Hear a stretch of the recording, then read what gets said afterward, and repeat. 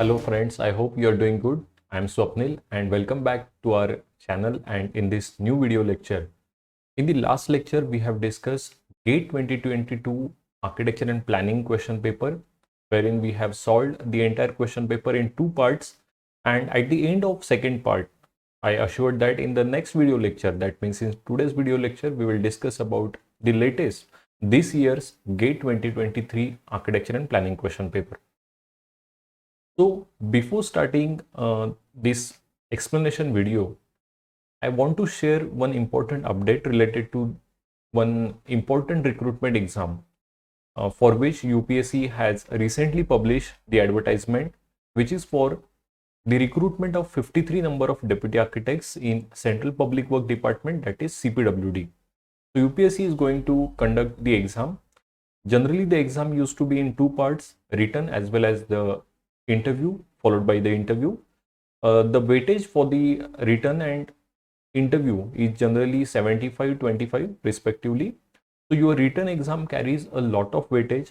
I personally appeared 2 times for this exam, successfully cracked the written exam 2 times. In the second time, I got successfully selected for the post of out of 7 posts of deputy architect in military engineering services, wherein right now I'm working. So if you ask me my preparation strategy or what was the method to prepare for this Union Public Service Commission recruitment exam, I have already shared my preparation strategy in first lecture, wherein we have discussed the preparation strategy, reading material and the reference books. So my personal suggestion will be, definitely you can refer both the architect's guidebook, do the multiple revisions before your actual written exam. I'm sure that both the books will definitely help you in your written exam. Coming back to our topic, that about GATE 2023 Architecture and Planning question paper, is first thing we are going to discuss about what was the structure of this 2023 GATE Architecture and Planning question paper, because most of you must be watching this video lecture just right before your exam, or many of you must be appearing for this exam for the first time. So I just briefly will share the structure of the paper, and then I'm also going to tell you the answer to the question in the thumbnail you have read, that why these two books are important in your GATE preparation. So talking about the structure of the question paper, the first section is general aptitude section, which is having total 10 questions carrying total weightage of 15 marks. This is the very first section. If you start your exam on the exam day, first section is the general aptitude section. Of course, you can attempt any section first. There is no chronology for appearing or for selecting the particular section.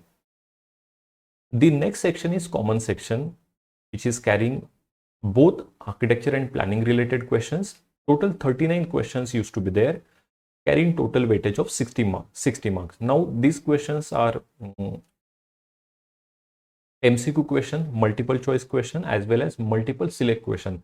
This is the multiple select question is the new type of question introduced a year or 2 years back, wherein more than one option can be correct, and you have to select either, if there are 2 options are correct, you have to select both the 2 options. If 3 options are correct, you have to select all the 3 options.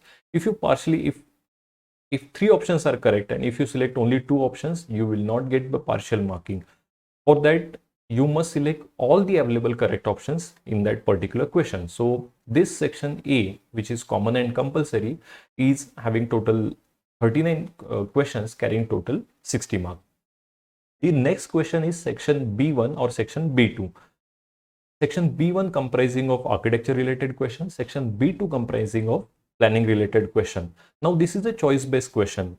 Either you have to select B1 section or B2 section, carrying total 25 marks with a total number of questions 16. Now this selection you have to do while appearing in the exam. You have to actually select at your exam day. There is no prior selection. definitely you can go through all the questions, these 16 questions in the architecture and planning. The final score, the final rank is irrelevant of what section you have selected in your final exam. So you can go through this 16 number of question. It is not necessary that if you are an architecture student and you can't attempt the planning section, that is B2 or vice versa. You can go through, check that in which section I can attempt the maximum questions, and on the basis of that you can select this choice based question. So if you simply add this figure 10, 39 and 16, the total number of questions in this 3-hour exam is 65 questions, carrying total 100 marks of weightage. Now if you check the GATE 2023 result section, you can see that the top score in GATE 2023 the candidate has achieved is 75.67. This is available in GATE 2023 website. You can check this under the result section. Now, if you can check what was the cutoff in the general category is 33.70. All this data is available under that result section.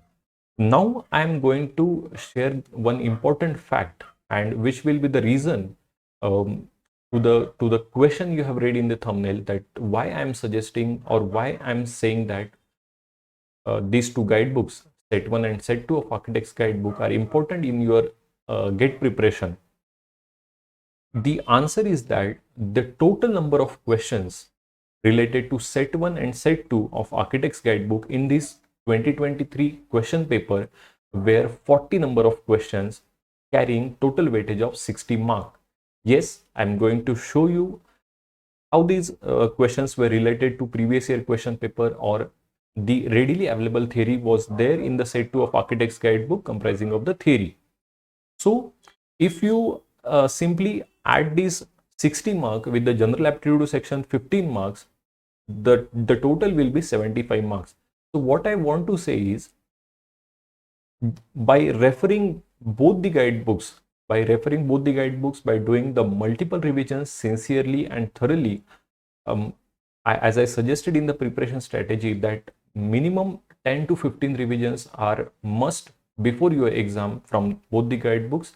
Your 70 to 80% preparation will be completed by using these two guidebooks. So as I said, 60 plus 15, so achieving the top score in GATE 2023 was very easy if you have referred both the guidebooks. So we are going to talk about, or we are going to discuss in detail about all these questions, and we are also going to solve the other questions also. So just keep in mind these two figures, 75.67. Also we are going to discuss that how you can score beyond this top score. The question paper was very easy, but somehow I thought as I got the reply from the students that most of you thought they have felt that the question paper was bit difficult. So from my analysis, what I have done in this video lecture is that the question paper was very easy, but as I said, you need the thorough and the sincere revisions from both the guidebooks, as well as referring the other preparation material which I have already suggested in the first lecture. So let's start solving the question paper. Before starting, I just want to share one suggestion with you, is that while watching the lecture, you must have both the guidebooks with you, because multiple times I'm going to refer both the guidebooks, and I'm going to tell you the references available in either previous year question paper or in the set 2. So whenever I'm referring some particular year question paper, you can pause the video, you can open that particular question paper in the set 1, go to that particular question and see where the explanation was available related to the question of GATE 2023 exam, as well as when I'm going to refer one particular section in set 2 of Architect's Guidebook, you can pause the video and open the set 2 and refer that particular section. The second thing, you should keep one notebook and one pen and one scientific calculator with you. The reason being, whenever we are going to solve the numerical answer type question, I would request that you should solve this numerical answer type question with me step by step. And after solving the entire question paper, you can put your own values and practice for those numerical answer type question, so that you will have a good command on the numerical answer type question. The reason being, I'm also going to show you that few of the numerical questions in this 2023 question paper were directly related to previous year numerical questions. So again, for numerical questions, you can practice from the previous year numerical questions also. So this was my rough analysis and my suggestion. I will repeat again. Please keep both the guidebooks next to you while watching the video lecture. One scientific calculator, one notebook copy, and one pen with you, and solve this equation paper with me. So I hope you are ready with this, so we can start the video lecture from the first general aptitude section. Thank you.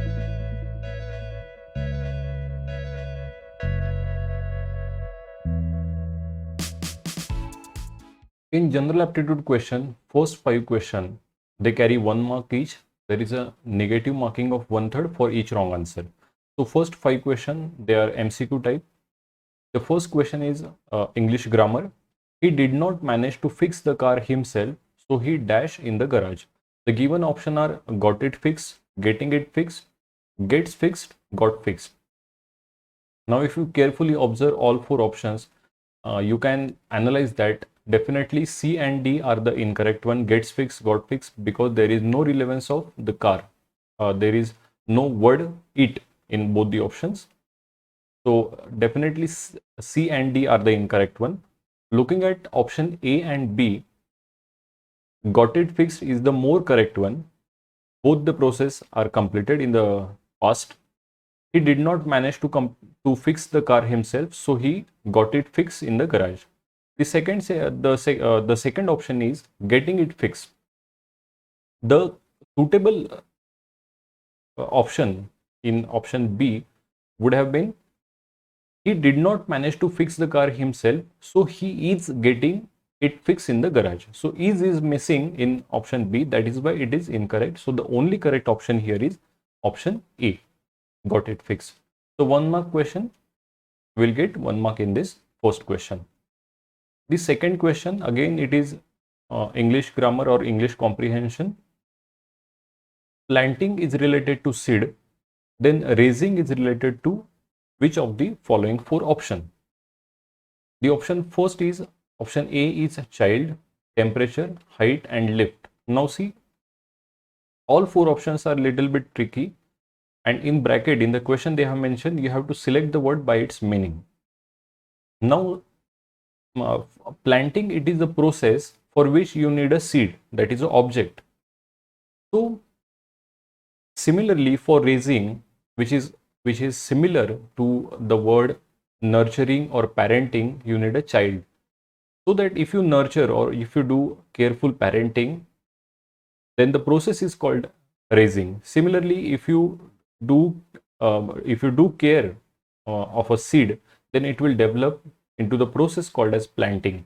So here the expected answer was option A, child, not option D as lift, because many of you must have thought that a seed is used for planting. So similarly, to raise something, we generally use the lift. But here the expected answer as per the answer key by the word meaning is option A, child, because they have considered both the seed and child as a live object, not as a lift as operated by someone other else. So here the correct option is option A, child. So 1 mark, one more mark we will get here. So total score till this question is 2. The next general aptitude question is question 3. A certain country has 504 universities and 25,951 colleges. These are categorized into grade 1, 2 and 3 as shown in the adjacent pie charts. These are the pie charts shown what is the percentage correct to 1 decimal place of higher education institution, colleges and universities that fall into grade 3? They have mentioned the percentage of universities in first pie chart and percentage of different grades of colleges in the second pie chart. We have to find out what is the total percentage of grade 3 universities plus grade 3 colleges. Now simple method we will adopt here, and we will solve this question in the stepwise manner. The total universities as per the given data is 504. 7% is the grade 3 institution as per the pie chart given. So 7% of 504 will be 35.28. Similarly, for colleges, total number is 25,951 as per the given data. The percentage of grade 3 colleges as per the pie chart is 23%. So 23% of 25,951 will be 5968.73. As I said in the beginning, please use the scientific calculator. Try to solve this numerical answer type question with me. So the actual total of universities plus colleges, that is 504 plus 25,951, the total will be 26,455. Whereas the percentage, the actual number we have calculated from this percentage is 35.28 plus 5968.73. So if we add these two figures, we will get the actual total number of grade 3 institution, which is 6004.01. Now what they are expecting in the answer is the percentage, not the total number. So we have to calculate this 6004 is how much percent of 26,455. So we'll do the cross multiplication. This 6004.01 is 22.7% of the total number of 26,455. So 22.7 is our final answer. So option A is the correct one for question 3. So one more mark we will get here. Total score till this question 3. Question 4 is the minute hand and second hand of a clock cross each other dash times between 9:15:00 am and 9:45:00 am on a day. Now just imagine the first time, now your second hand is at 12, your minute hand is on 3 and your hour hand is on 9.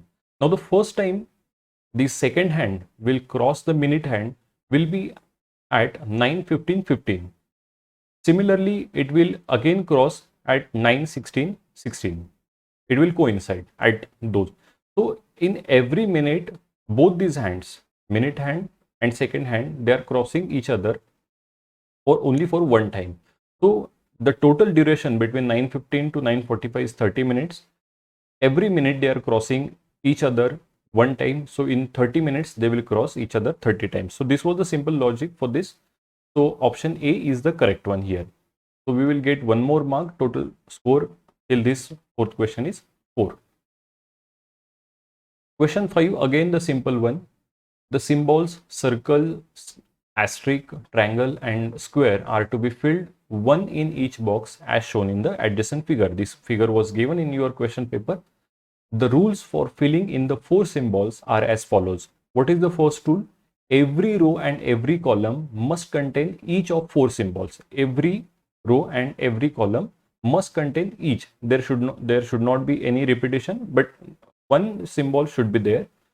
Every 2x2 square delineated by bold lines must contain each of the 4 symbols. This bold lines 4x4 must contain that single one of the 4 symbol. So in the question they are asking which symbol will occupy the box marked with question mark in the partially filled figure. Now what we have to do, we should start marking the figure from that portion or from that square, 4x4 square, wherein maximum symbols are already present. So which is at the right bottom. So here triangle is there, square is there, one asterisk is there. So simply we'll put the circle over here. Now if circle is there this asterisk is there, triangle is there, so definitely the square will come at this location. Now if you again go, the circle is here, the asterisk is here, circle is here, then the triangle will come. So similarly, if you go on filling this this 4 by 4, the 4 by 4 square, the final figure will be something like this, right? So which symbol we have just covered in the place of this question mark is this asterisk. So option B is the correct one here. So 1 mark question, all 5 questions were easy to solve. Total score this till this question is 5. Question 6 to 10, they are multiple choice question, but now these 5 questions carry 2 mark each and negative marking of 2/3 for each wrong answer. Now this is a paragraph is given in the question, and you have to analyze the paragraph and decide which of the following 4 option, which one of the following 4 option is correct. Now if you carefully read, we will read it together. In a recently held parent-teacher meeting, the teachers had very few complaints about Ravi. Okay. After all, Ravi was hardworking and kind student. Please highlight this sentence. Incidentally, almost all of Ravi's friends at school were hardworking and kind too. Now see, there is no certainty here. Almost all. That means we can say that few of Ravi's friends at school were not hardworking and kind, right? The third sentence is, but the teachers drew attention to Ravi's complete lack of interest in sports. That means Ravi was not interested, or Ravi is not interested in the sports. This is the second inference we can draw from the third sentence. The teachers believed that along with some of his friends who showed similar disinterest in sports, Ravi needed to engage in some sports for his overall development. Now what they are asking in the question is, based only on the information provided above, we do not need to assume anything, strictly based on the information provided above, which one of the following statements can be logically inferred with certainty? The first one is, all of Ravi's friends are hardworking and kind. As I said in the beginning while reading the question, the second sentence says, incidentally, almost all, not all Ravi's friends. So we cannot come to the conclusion that all of Ravi's friends are hardworking and kind. The second option, option B, is no one who is not friend of Ravi is hardworking and kind. Now again we cannot directly come to this conclusion also. There can be like someone who is not friend of Ravi, he can be the hardworking and kind also.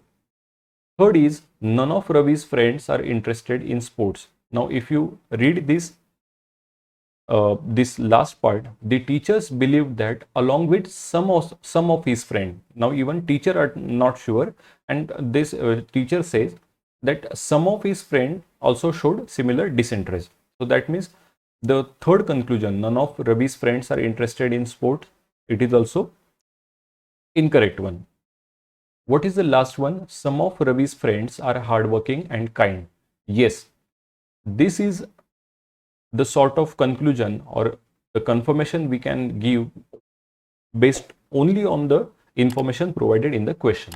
So option D is the suitable one among the given 4 options. So here option D is the correct one. 2 mark question. So 5 plus 2 we will get till this question total 7 mark. Question 7 is, consider the inequalities p square minus 4q is less than 4 and 3p plus 2q is less than 6. Where p and q are positive integers, the value of p plus q is which of the following? 2, 1, 3 and 4. So let's write down these 2 equations. We will write, we will give a p square minus 4q is less than 4 as equation, we will write as equation 1. 3p plus 2q is less than 6, we will write this as equation 2. Now we will multiply the second equation by 2 so that at this place there will be 4 common for q. So by multiplying equation 2 by 2, the equation will be 6p plus 4q is less than 12. Now this is equation 3.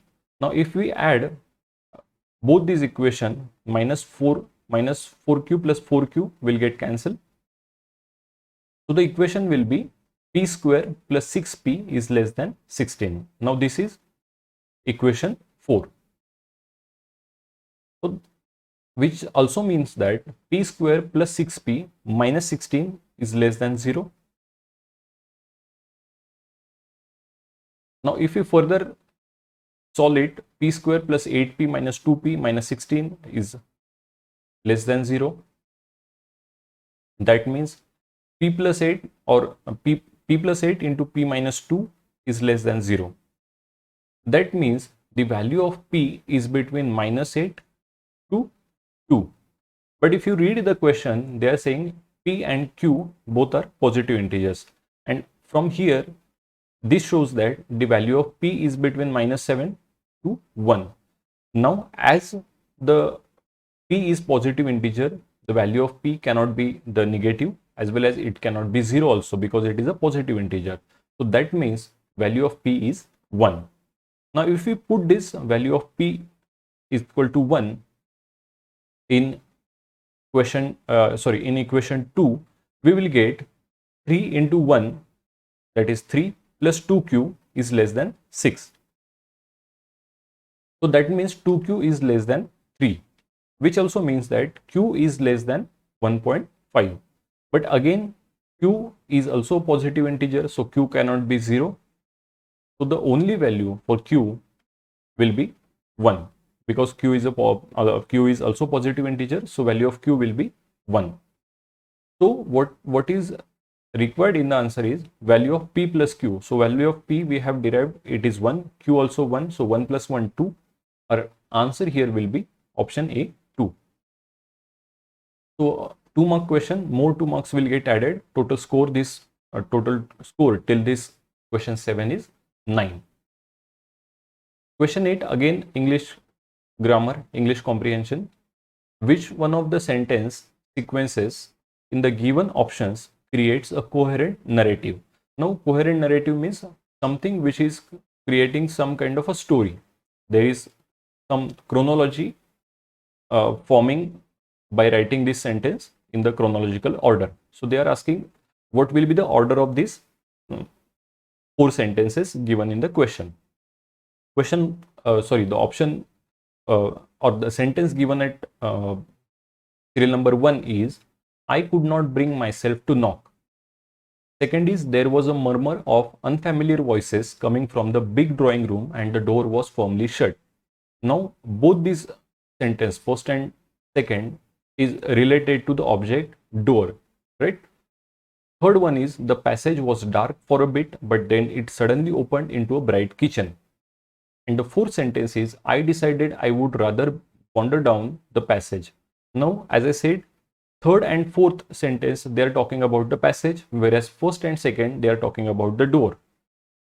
So these two objects are common in between first 2 sentence and third and fourth sentence. Now, suddenly, whatever be the chronology, second and first should be together and third and fourth should be together. If you carefully observe all 4 options, only option C is showing second and first sentence together and fourth and third or fourth sentence together. Carefully, even if you read in this order, fourth, then 1, third and second. For example, let's read option A. I decided I would rather wander down the passage and then I could not bring myself to knock. Now it is not making any sense. There is no coherence or no narrative is forming. Option B, third, the passage was dark for a bit, but then it suddenly opened into bright kitchen. And what after third, they are saying I could not bring myself to knock. Now also this is also not forming any kind of a coherent narrative. Option D, first, I could not bring myself to knock, and there suddenly the passage was dark for a bit, but then it suddenly opened into a bright kitchen. Now this is also not forming any kind of coherent narrative.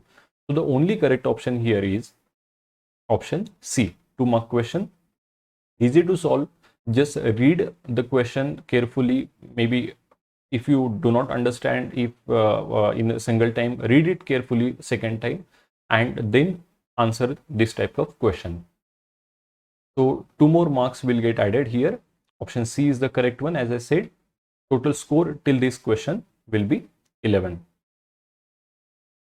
Question 9 is, how many pairs of sets from ST are possible among the subsets of 1, 2, 3, 4, 5, 6 that satisfy the condition that S is a subset of T? Given four options are 729, 728, 665 and 664. Now there is a thumb rule for this. What is the thumb rule? Given a pair of subsets, total number of pairs which can be formed from A and B such that A is subset of B, wherein the values of A and B associate to each element, wherein the I refers, or the value of I is 1, 2, 3, 4, 5, 6 up to N, right? So in this type of question, the number of pair which we can form from this two sets or two values A and B will be 3 to the power N. So how many subsets are given in the question? Just 3 to the power of those number will be your final answer. So here the question mentioned that 1, 2, 3, 4, 5, 6. 6 values are there. So simply the answer will be 3 to the power 6. That will be the total number of pair of sets are possible among these subsets. So 3 to the power 6, if you use the scientific calculator, we will get the value as 729. So here the correct option is option A, 729. 2 mark question, little bit tricky. If you know, remember this your 10 plus 2 mathematics formulas or thumb rules, this question was easy to solve. So 2 more marks will get added. Total score till this question will be 13. Now the last question from this general aptitude section, which was again very easy. An opaque pyramid shown in the adjacent figure. This is the figure given in your question paper, with a square base and isosceles faces is suspended in the path of parallel beam of light such that its shadow is cast on a screen oriented perpendicular to the direction of the light beam. The light beam is casted and the shadow is coming on the perpendicular surface. The pyramid can be reoriented in any direction with the light beam. You can reorient this pyramid and in any direction with the light beam. So under this condition, which one of the shadows P, Q, R and S is not possible? So very easy. All these P, R and S, these shadows are possible if you orient this opaque pyramid at a different direction and the light direction is perpendicular. The only shadow which you will not get is shadow mentioned at Q, because this shadow, it represents it does not represent opaque pyramid, but the shape of that object would be something which is having a square base, and then you have a conical surface on that square surface or square base. Then you will get this shadow mentioned at Q. So here the shadow which you will not get under this condition is Q. So here the correct option is option B. So till this question we have solved the general aptitude section, and total score till this question, like all 10 questions according to me, were easy to solve. So we can a candidate would have achieved all complete 15 marks if he has solved this easy or all the general aptitude section question from this section. So total score we have achieved till this in the first general aptitude section is 15. Now we will move towards our part A, which is common and compulsory, comprising of architecture and planning questions. So let's start with part A. Okay, so the part A, as I said in the beginning, that it is common and compulsory for both architecture and planning student. The total weightage for this particular section is 60 marks. So The maximum weightage is there for this common part A. In this part A, question 11 to 28, they are of MCQ, MSQ or numerical answer type question. Each question carry 1 mark. Negative marking of 1/3 for each wrong answer only in case of multiple choice question. There is no negative marking for multiple select question and numerical answer type question.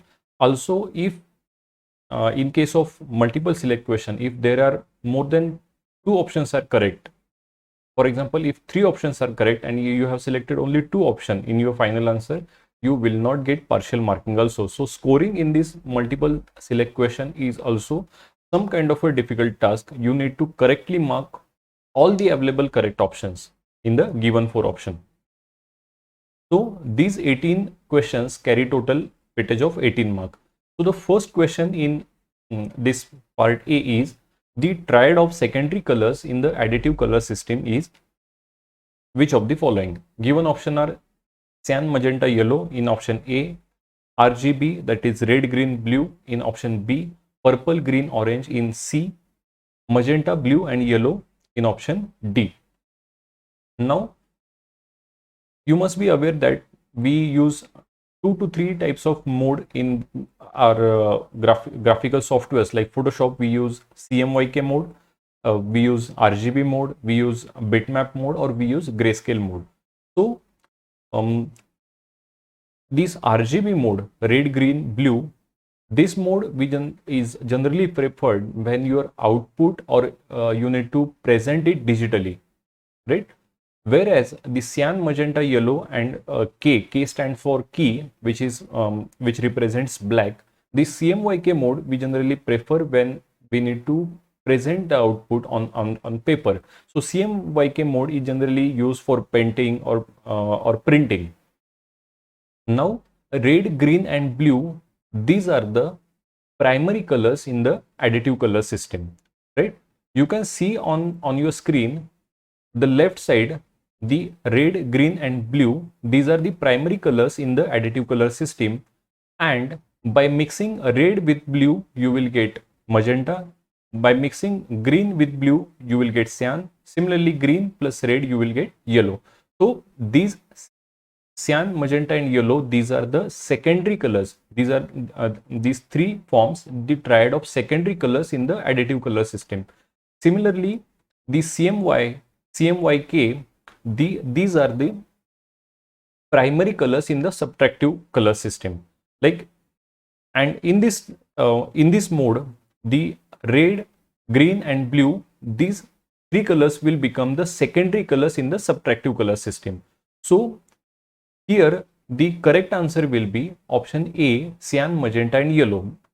The other question which can be formed from this question is the triad of secondary colors in the subtractive color system is which of the following. So if in case of the word is subtractive instead of additive, then the answer would have been red, green and blue. So here the correct option is option A. Now the question related to this additive color system, subtractive color system was also asked in earlier UPSC CPWD 2015 at question 29. You can pause the video and you can go through that particular question. The question was magenta is a color derived from which of the following. So additive primary colors is the correct answer for this. So here, as I said, option A is the correct answer for this 1 mark question. Total marks we have achieved till general aptitude section is 15. So plus 1 will get total 16 marks till this 11th question. The next question, question 12, is the criteria that is specifically mentioned in special condition of contract, that is SCC, is which of the following. The given option are A, scope and performance of the work, B, site mobilization advance, C, labor regulation and D, arbitration and law. Now if we go one by one from option A to D, the scope and performance of the work, this is the very basic which need to be mentioned in your contract, that what is the scope of the work and what should be the performance of the work the client is expecting from the contractor. B, site mobilization advance, I will talk it about while explaining further.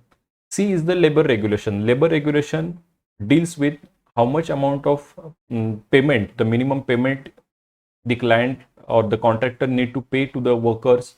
Then there should be regular holiday, weekly holiday should be there. There should be minimum facilities provided. Then other financial securities that need to be provided by the contractor to the laborers. D is the arbitration and law. We have also discussed in the valuation section in set 2 that as soon as the contract gets formulated, both the parties, the client and contractor, they need to appoint arbitrator so that in case of dispute, they can approach the arbitrator and they get the solution for the problem. And similarly for law, like what will be the jurisdiction in case of there is some dispute, then arbitration and law, this also forms the part of the contract document. Now the question is asking the criteria that is specifically mentioned in special condition of contract. Now, as I said, the option A, that is scope and performance of the work, or labor regulation, arbitration and law, these three parts, they are part of general condition of contract. Generally in government, we called it as GCC, general condition of contract. So these are not something which are prescribed under special condition, right? These are under general condition of contract. And the site mobilization advance is the one which is defined as the advance up to 10% of tender amount which shall be paid by the client to the contractor on submission of non-revocable bank guarantee from a nationalized scheduled bank for an amount of 110% of an amount of mobilization advance demanded. Now simply I will explain this in a simple language, that the contractor has already paid the tender amount while submitting his tender. Then he has also deposited the performance security with the client. Now he is in need of some kind of money so that he can mobilize his resources, something like the material or labor, and he can so that he can start the work on the site. So he is in need of money so that he can start the work. So in such case, the contractor can ask the client for some kind of advance which is called as site mobilization advance. So how much percent it is? It is 10% of the tender amount. Client can give 10% of the tender amount as a site mobilization advance, but there is a special condition. What if the contractor takes this 10% amount and he will run? Then for a guarantee or for a security, the contractor need to submit a non-revocable bank guarantee which is 110% of the amount of mobilization advance. So he will submit some kind of a bank guarantee to the client so that it will be like part of a security with the client. So this site mobilization advance is generally not part of each and every each contract, or this is not part of general condition of contract. It is specially prescribed under the special condition of contract, which is also briefly we called as SCC. Now, according to me, the option B was the correct one here, because all three A, C, D are the general condition of contract and B is the only one which is a part of special condition of contract. But as per the final answer key, they have considered all option and as correct, and marks to all options have been granted. So considering this, one more mark in this, total score we have achieved till this 12th question is 17. Okay, so after this question 12, we are directly going to see question 20 or 21. We have skipped the question in between because these questions, they were asked for the first time, or just the theory is there as an explanation related to this question, which is readily available in the preview of this question paper solution, which I generally made available on issue.com, for which the link is given below in the description box. So instead of just reading the theory in the explanation, I have not covered this question. We are going to solve only those questions, as I said in the beginning, that for which the readily available theory was there, and by solving this also you could have achieved more than 70 or 75 marks in your GATE exam. So we are just roughly touching only those questions wherein the references are available, or for which I thought the explanation is required to cover in this in this video lecture. The other question, as I said, you can go and read in the preview of the book, or they are available in the actual in the hard copy of this Architect's Guidebook set 1. So question 21st we are going to discuss after question 12. Question 21st is, Ebenezer Howard suggested the maximum population of Garden City as dash persons. Now, as I said in the beginning, the reference related to this question was readily available in set 2 of Architect's Guidebook as well as set 1 also. So you can pause the video and open this particular section 5 planning process under this various concepts of city planning or urban planning, and under this garden city concept, I have mentioned here the city land as per the principles of garden city. Ebenezer Howard mentioned 1000 acres, agricultural land 5000 acres. The question related to this was earlier asked in GATE 2015. So here I have mentioned the maximum population he has considered is 32,000. So the answer was here in section 5. Similarly, as I said, the question related to this was earlier asked. What was the question? That what is the proportion of city land to the agricultural land? So you can pause the video and open question 5 of GATE 2015. You can see the related question for this information. So here the correct option among the 4 given option will be option C, 32,000. 1 mark question, 1 mark will get added. Total score till this question will be 18. Next question is question 23rd. Again the simple and easy one. The adjacent figure, this figure shows the spatial arrangement of rooms in a building with access from the exterior marked as entry. This is your entry. Identify the appropriate diagram showing the access to rooms starting from the entry. Now if you carefully see the arrangement, there is a one-way mode right from A, then B, C, D, E, F, right? From F you go to G, and from G you have the option either to go to room I or go to room H. Now if you carefully see these A, C and D option, at the very first entry they are showing the options to the person entering from the main entry, that he can go either to room A, he has option to go to B or option to go to F. Similarly here also the same thing, and here also in option D. The correct and suitable option is option B, because here, as I said, it shows the one-way movement right from room A to room G, and then you have a choice either to go to room H or go to room I. So here the correct option will be option B. Easy one, 1 mark question. Total score till this will be 19. The next question is again the easy, where the references was available in previous year question paper. In high-rise building, the method adopted to prevent the ingress of smoke in an enclosed fire staircase is which of the following? It is a MCQ question. Option A is polarization, B pressurization, perpetuation and fumigation. Now if you know the meaning of this, polarization means completely dividing something, then pressurize means pressurize some enclosed part so that the smoke will not rise towards the higher floors, and it will go out from the openings at the lower level only. C is the perpetuation, where the act of continuing something in the continuation is called as a perpetuation, and D is the fumigation. We generally sprayed some active antibacterial material like for the mosquito treatment or bacterial treatment, we used to fumigate the area. So fumigation is definitely, it is not related to the fire prevention. So the only correct option here is the pressurization. So the reference is also available. You can pause the video and open GATE 1997 question 21 and ISRO 2015 question 45, wherein the reference is readily available for this particular question of GATE 2023.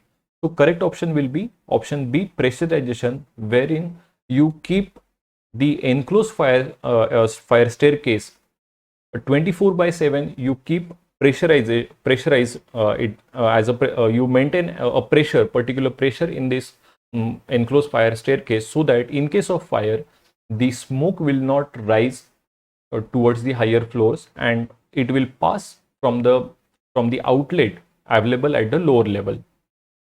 So option B is the correct one. One more mark will get added. Total marks till this question will be 20. Question 25 is, select the act which stipulates prohibited area of 100 meter around centrally protected monuments in India.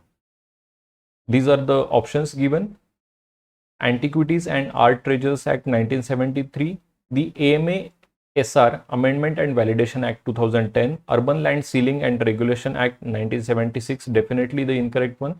Environment Protection Act 1986, definitely the incorrect one, because both these options C and D are not related to any protected monument. Now, the similar question was earlier asked in GATE 2016 at question 7. You can open this question 7 in GATE 2016 and check. The question was, as per the Ancient Monuments and Archaeological Sites and Remains Act. Now the long form of this AMASR was there in this question 2000 in question 7 of GATE 2016, which says the extent of prohibited area beyond the demarcated protected area in meters is how much. Now here the answer was 100 meter. Now the exactly opposite question was asked in GATE 2023. As I said in the preparation strategy, you can yourself analyze what kind of questions can be asked from the data which is available in your previous year question papers. So here, if you know this question, if you have read earlier this question 7 GATE 2016, there is prohibited area, as I explained here. The 100 meter area is the prohibited area, and 200 meter area from the protected monument is called as a regulated area. So it comes under Ancient Monument and Archaeological Sites and Remains Act 2010. So here for question 25th in GATE 2023, the correct option will be option B, that is Ancient Monument and Archaeological Sites Remains Act 2010, which is amendment and validation, right? So option B was the correct one. One more mark will get added. Total score till this question will be 25. Question 26, select the option or options which includes pair of Gestalt principles. Now this is a multiple select question. More than one option can be correct. The given option are proximity and similarity in option A. B says continuity and closure. C is grain and texture. D is scale and proportion. Now we have discussed this Gestalt principle at question 34 in GATE 2011.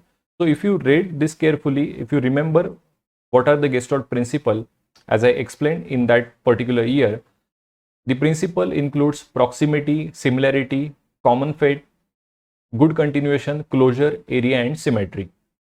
You can see this explanation in that particular year of GATE 2011. So among the four given options, the only suitable option are option A and B. You have to select both option A and B in your final answer. Then only you will get one full final mark. If you select only option A, you will not get the partial mark. So one more mark will get added. Total score till this question will be 22. The question 28 is, select the biosphere reserve or reserves in India which is or oblique are listed in the Man and Biosphere program of UNESCO. And again it is a multiple select question. Option are Sundarban, Senora, Majang Forest, Gulf of Mannar. Now the related information was just available in the previous year question paper of GATE 2022 at question 38. Please open this question 38 of GATE 2022, wherein we have discussed, or the question was, match the biosphere reserve in India in group 1 with their corresponding location in group 2. In that particular explanation, we have discussed all the biosphere reserve which are listed under Man and Biosphere program of UNESCO. So you can check, the list was available here, wherein the second and third option, it is Gulf of Mannar and Sundarban. So in question 28 of 23, among the list given in this total list, the only suitable option here is option A, which is Sundarban, and D, Gulf of Mannar. So A and D will be the correct option or the correct suitable answer here for question 28 under MSQ. So one more mark will get added for this MSQ question till question 28. So total score till this 28th question is 23. Now we are going to discuss the very easy type of questions onwards, and which will give you maximum score, which will help you to add on score in your final exam. And these questions are generally very easy, which are match the type of question. So one by one we will discuss. Now onwards, question 29 to 49, they carry 2 marks each. These are again MCQ, multiple select question and numerical answer type question, minus 2/3 marking, because the question is right now carrying 2 marks. So minus 2/3 marks for negative for the wrong answer in case of MCQ question. No negative marking in numerical answer type and MSQ question, as I said earlier. So we'll read the question. Match the building in group 1 with their dominant spatial pattern in group 2. In group 1, they have mentioned National Assembly Building, Capitol Complex, Dhaka, Secretariat Building, UNESCO Headquarters, Paris, then R, Fatehpur Sikri Palace Complex at R, S, Seth Shodhan House, Ahmedabad. Now, in group 1, the question related to the building mentioned at P, R and S were asked in previous year question papers. So, in the explanation, what I want to say, the similar question related to building mentioned at P, that is National Assembly Building, Capitol Complex, Dhaka, this was earlier asked in GATE 2022, the previous year, at question 37. Also, the question related to building mentioned at R, Fatehpur Sikri Palace Complex, this was earlier asked in UPSC CPWD 2015, the upcoming exam. So please carefully go through this GATE question papers. This was asked at question 36 in that particular year question paper. So this National Assembly Building complex, which is also called as Shere Banglanagar. So P1, because this National Assembly Building complex Dhaka, it shows the centralized organization, and whereas this Fatehpur Sikri Palace Complex, it is the clustered organization, because you have already read this information in previous year question paper. So P1 and R2 is the correct one. These two are the correct figures. So similar, like in KBC, we do the 50-50 options. So you can just simply delete the option which is not showing P1 and R2 as the pair. So here option B and option C, they are not showing P1 and R2. Only option A and option D is showing P1 and R2. Okay, this is the kind of strategy I will suggest you to adopt while answering this match the pair kind of a question. Now we have to focus on Q and S. Now Shodhan House, the question related to the Shodhan House was also earlier asked. It was asked in GATE 2016 at question 21. Now option A says S with 5, that is Shodhan House, Ahmedabad, it matches with grid organization. Now if you have read this about the Shodhan House at that particular question in GATE 2016, this building is designed by Le Corbusier and it follows the grid and pattern. Whereas option D, it shows it matches S with 3, that is Shodhan House, it is matching with radial organization. So again you can delete, or you can definitely say that S3 is also the incorrect pair which is given in option D. So option D is also the incorrect one. So the only suitable option here for this 29th question will be option A. So yes, A is the correct pair. 2 marks we will get for this first match the pair question. So total mark, we till question 28 we have achieved 23. Two more marks will get added. Total marks we have achieved till this 29 question is 25. So similar practice we will adopt for the remaining match the pair question, and I will again I will say that you should do similar kind of a logic. Even if you don't know one or two building in your group 1, you can select which are the correct pairs among the given 4 options, and then you can derive your final correct answer. Okay, so let's discuss which is next match the pair question. The next match the pair question is question 30. Match the parts of residential buildings in group 1 with their respective minimum width in meter in group 2 as per the National Building Code 2016.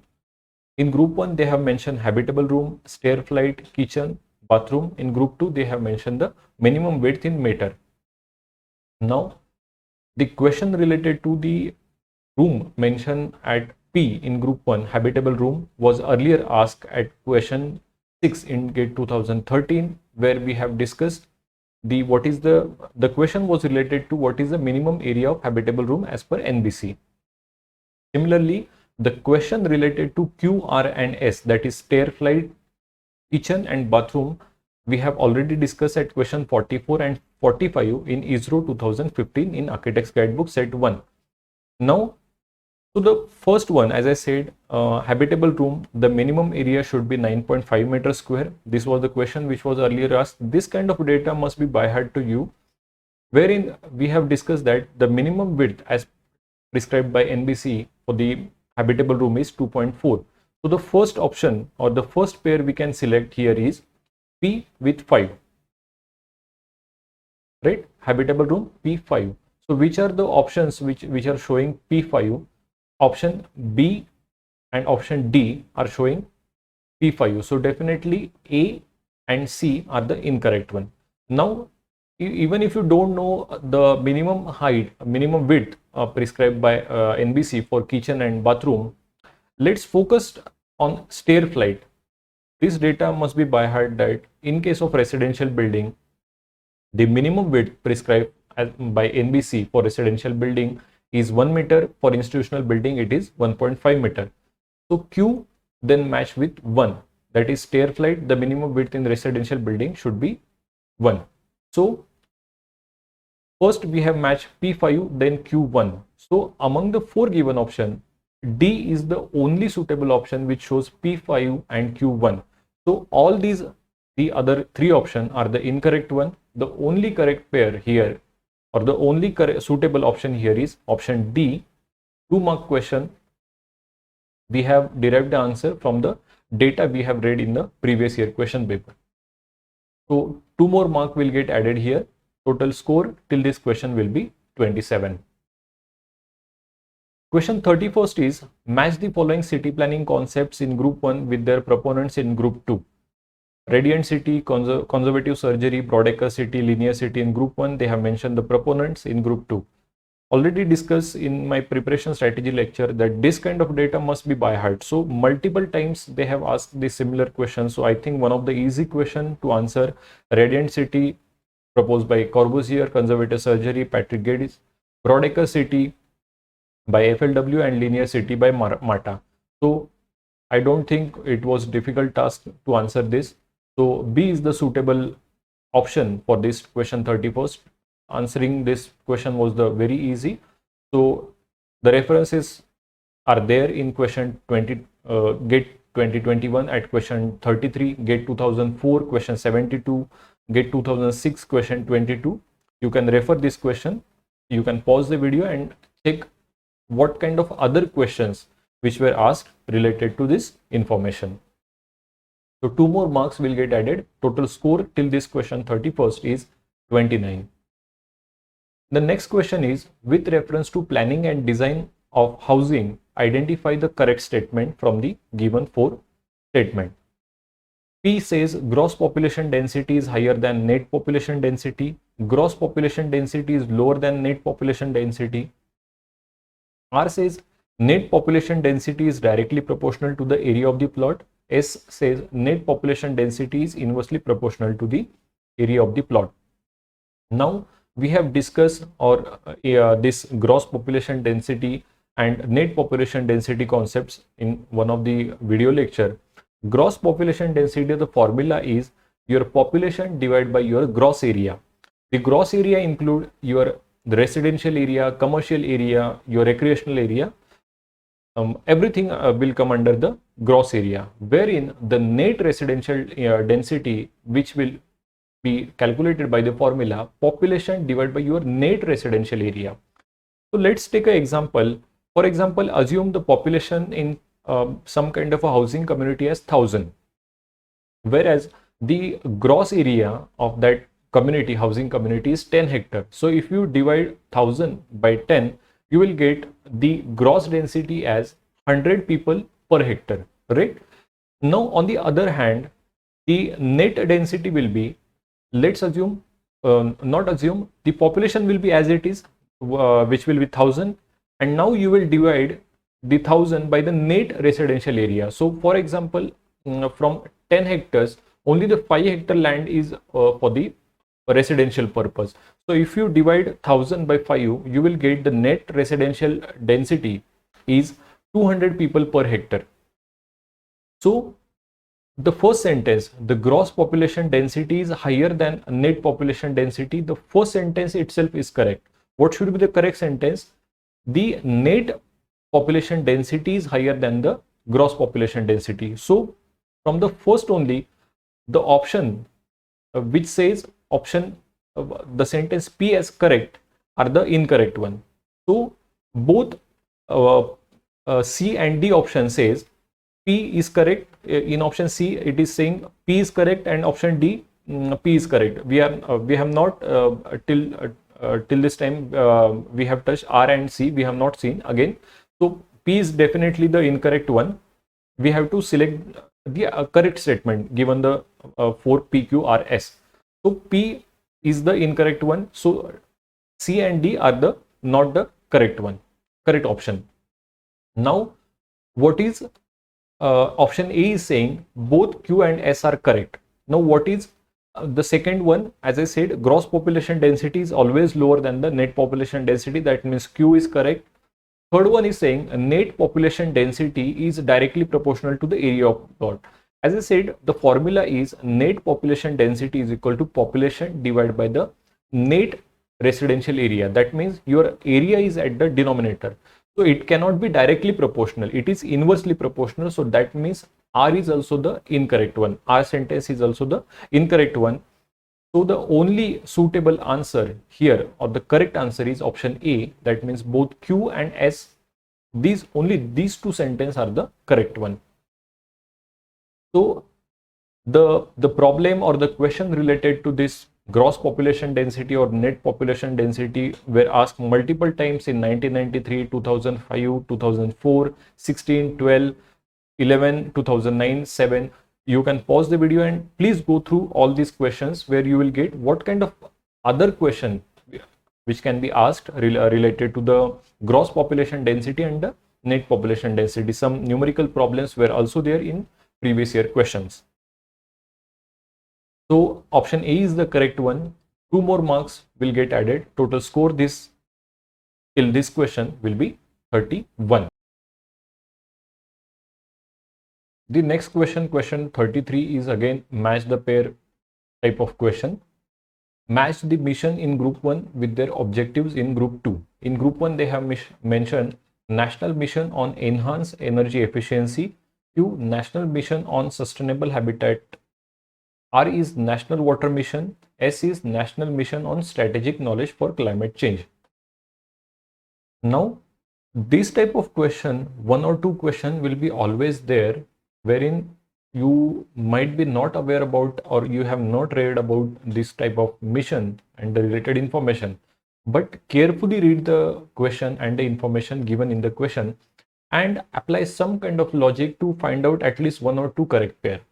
Like for example, if you carefully read all 1, 2, 3, 4 and 5 objectives in group 2, you can first analyze that the mission which is mentioned at S, National Mission on Strategic Knowledge for Climate Change, it is a mission related to some kind of research and development.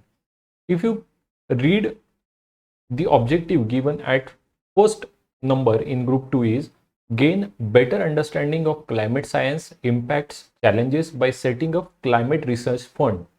So knowledge gaining and research and development, they are complementary to each other. So roughly we can say yes, S1 is the first pair which is closely matching together. So we can delete the pair, we can or neglect the other pair which is not showing S1 as the pair. So only option A and option C are showing S1 as the correct pair. So for the time being, we will hide option B and option D. Now again in option A and option C, P3 is common. Okay, P3 is common in both A and C, as well as S1 is common. So right now we have to focus on Q and R. Okay, so let's consider option A, which is showing Q5 as the correct pair. So what is given in group 1, what is mentioned at Q, the mission is National Mission on Sustainable Habitat, wherein they have matched with 5, the objective mentioned at 5, which is enforcement of automotive fuel economy standards using pricing measures. So yes, it is somewhat related to each other. Let's check what is the pair for R. R is saying National Water Mission, and it is matching with the objective at 4th, that is 20% improvement of water use efficiency through pricing. So the mission is related to water and the objectives is also related to water. So both these pairs are sounding correct. Let's cross check with the option C, which is showing Q4. That means National Mission on Sustainable Habitat, they are matching with 20% improvement of water use efficiency through pricing. Okay, let's assume that this can be the correct pair. Or what is about R? National Water Mission, they are matching with 5. That means enforcement of automotive fuel economy standards using pricing measures. Now the mission is related to water, but the objective, there is no mention about the water. So R5 cannot be the correct pair. So here again C is the incorrect one. So the only suitable option which is having all the pairs as the correct one will be option A. So by applying this kind of logic also, you can derive the correct suitable option in this type of question.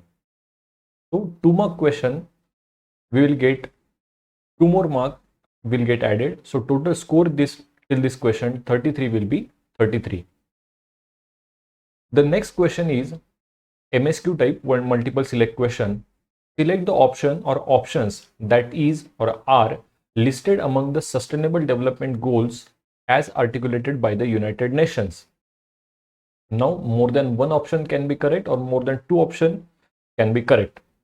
So at A they have mentioned globalization and free trade, B sustainable cities and communities, C protection of indigenous culture and architecture, and D they have mentioned good health and well-being. Now the related information was just available in previous year question paper. In question 22 of GATE 2022, they have asked, as per United Nations Transforming Our World, that is 2030 Agenda for the Sustainable Development, which of the following sustainable goals they are directly addressing the water related issues? In this particular question, we have discussed all the goals and their targets. So if you have read this information carefully and read how many goals are there, how many goals are targeting water, how many goals are targeting poverty, environment, etc., I think answering the question 34 of GATE 2023 was very easy. So here the goal given at option A and C are the incorrect one. Globalization and free trade is not included in Sustainable Development Goal, as well as protection of indigenous culture and architecture is not included in the SDGs. So the correct answer for this 34th question will be B, D will be the correct answer. So 2 more marks will get added. Total score till this question 34 will be 35. So remember in the beginning I said that the cutoff mark for the general category in GATE 2023 are, as per the result declared, are 33.7. So I think till this question we have referred the previous year question paper for the part A, as well as the general aptitudes section question were easy to solve. So like achieving these 35 marks according to me were easy. So I think reaching up to the cutoff level for the general category cutoff was again a easy task. I keep on repeating in previous lecture also, reaching till this level is a very easy task. It is not at all difficult, but somehow maybe the candidates don't do the careful revision, don't refer the correct material, or just prepare 1 or 2 months before the exam. So I think they are not able to reach till this cutoff level. So again, my suggestion will be refer this correct material, do the multiple revisions, so that I think reaching till this level will not be the difficult task. Okay. So the next question 35 is, select the statements that are true regarding building security services. The first sentence is, radio frequency identification device is used for electronic access control system. Now the question related to this was earlier asked. The radio frequency identification device, in short we call as a RFID. Now this RFID tag we are using for the or a fast tag we are using for the automatic toll connection. So these RFID devices or these tags are used for electronic access control.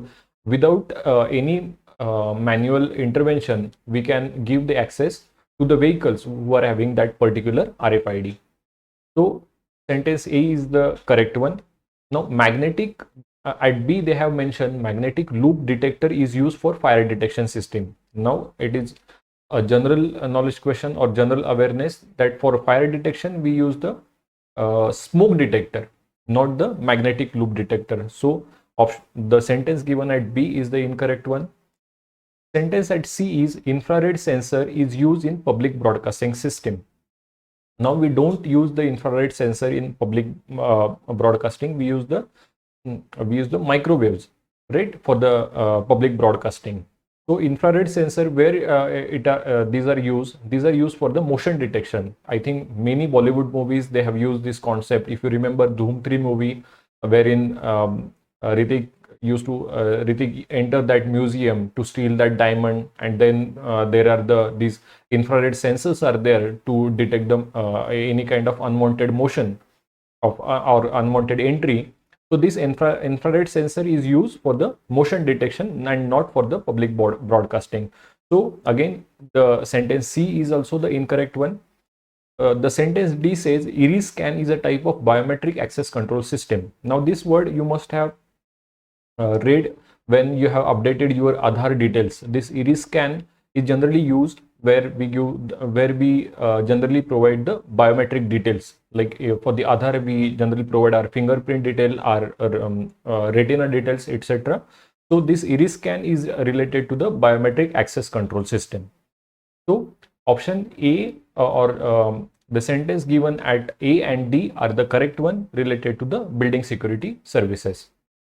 Now, what are the correct statements for option B and D? As I said, magnetic loop detector we do not use for the fire detection. We use the smoke detector for detection of fire. And this magnetic loop detector is used for automatic opening of gates of garage doors or industrial doors. And the reference is available in section B.2.3.8 in Intelligent Transportation System in set 2. If you can pause the video and open this particular section B.2.3.8 Intelligent Transport System, you will get to know about this magnetic loop detector. Similarly, the infrared sensor, as I already said, it is used for the motion detection in the building security system. So the question related to this infrared sensor was previously asked just a few years ago in GATE 2017 at question 52. So again, the reference was available for this, the sentence given at C. So 2 more marks will get added here. Total score till this question will be 37. The next question is again the multiple select question. Select the statement or statements that are true regarding quality and cost based selection QCBS system for tendering. The first sentence at A is financial bid is opened before technical bid. No, nowhere we will first open the financial bid. We will always open the technical bid first, followed by the financial bid. If whatever will the condition, wealthy condition of the contractor will be, we need a technically sounding job, so he must be technically qualified rather than the financial qualified. So we always first open the technical bid. Those who will qualify the technical bid, then only we will for those we will open the financial bid. So option A is the incorrect one. Second, earnest money deposit, that is EMD money, is submitted before opening of the technical bid. Yes, we always take first the EMD and then only we open the technical bid. So the question related to this was also earlier asked. So B is the correct one. C says technically qualified bidder with lowest financial bid is always awarded the job. No. Government or any client is not bound to select the technically qualified bidder with lowest financial bid. For example, if as per the estimate, the job is, let's say, of 10 lakh rupees and the contractor submit his bid only for 2 lakh rupees. So it is not compulsory on the client to select the lowest financial bidder. He must check what are the estimate he has given, and as well as whether he is technically sound or not. So the sentence C is also the incorrect one. The client or government is not bound to award the contract to the lowest financial bidder. The sentence D is a composite scoring system considering both the financial and technical bids is adopted for awarding the job. Yes, when we are looking for the quality and cost based selection, we generally develop some kind of a matrix wherein we generally award few marks if the contractor has done some kind of a work in between that range. Suppose he has done the work of 500 to 1000 crores, we will award more marks, and the similar or the other contractor, if he has not done, or if he has done the work less than 500 crores, then we'll assign some lower marks than the earlier one.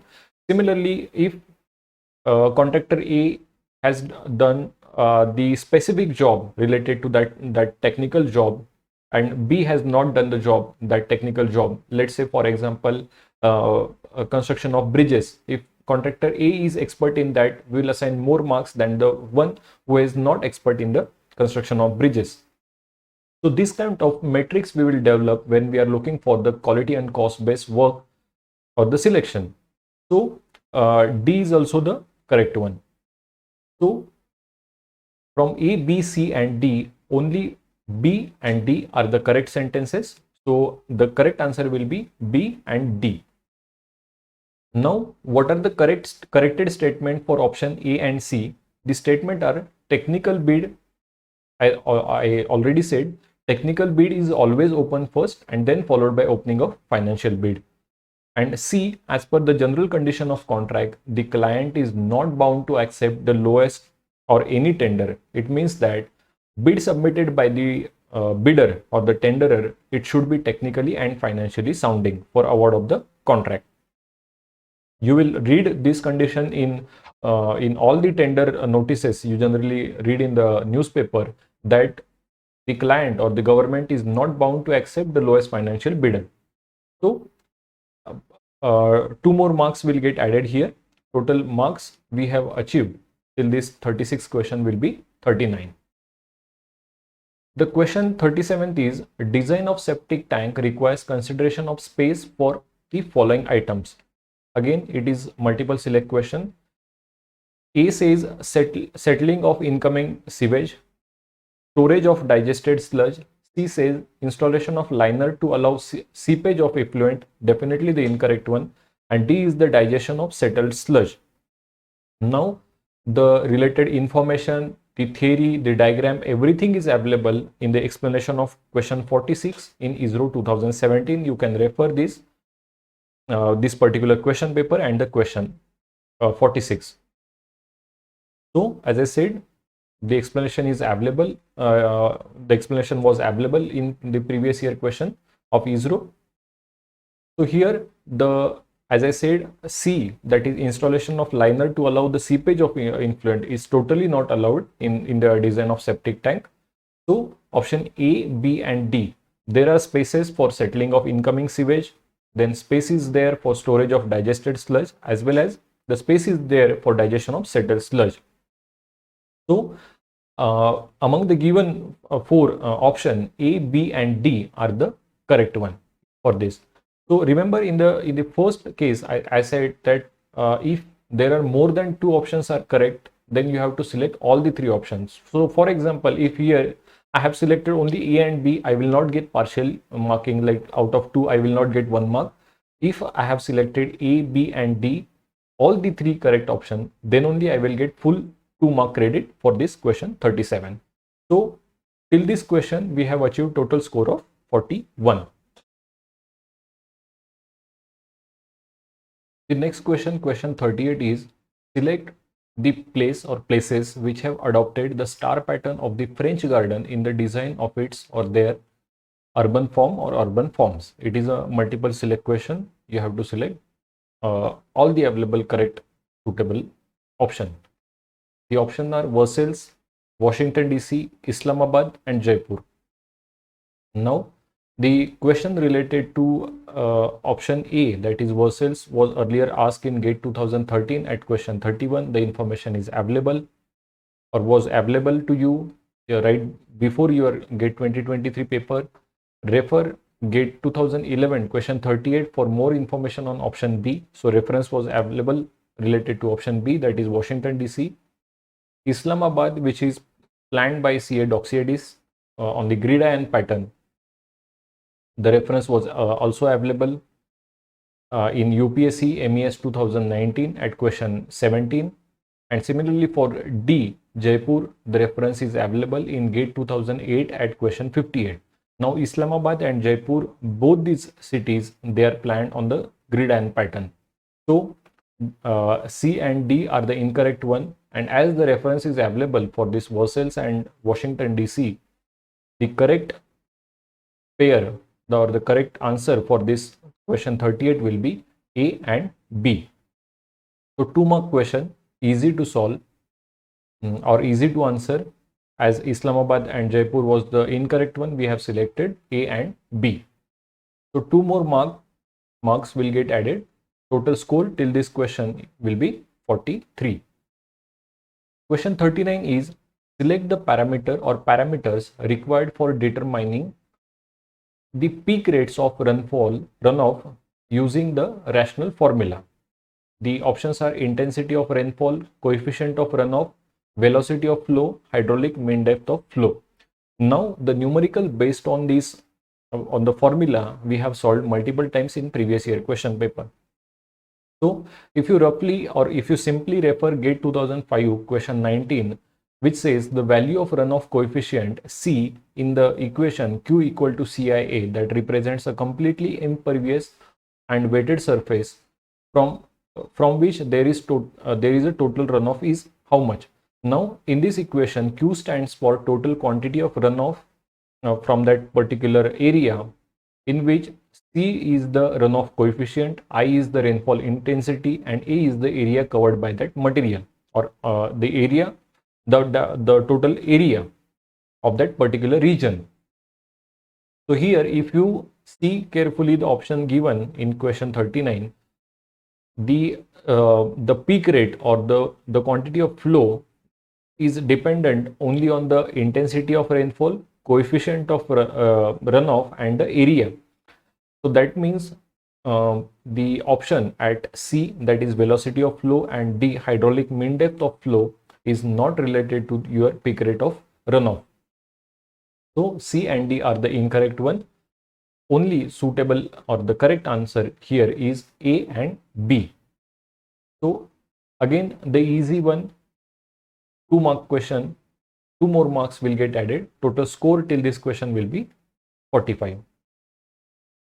Question 40 is, as per Solid Waste Management Rule 2016, Ministry of Environment, Forest and Climate, Government of India, select the correct statement or statements from the following. Again, multiple select question. First sentence is, dry waste means waste other than biodegradable waste and inert street sweepings, right? Dry waste means that is not biodegradable. So sentence A is the correct one. Very general knowledge kind of a question is there.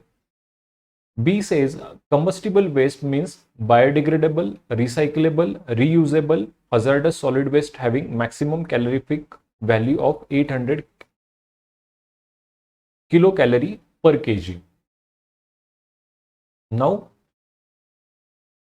this sentence is not the incorrect one because combustible waste cannot be biodegradable. It is non-biodegradable, right? So itself these two words are contrasting, combustible and biodegradable. So again the sentence B is the incorrect one.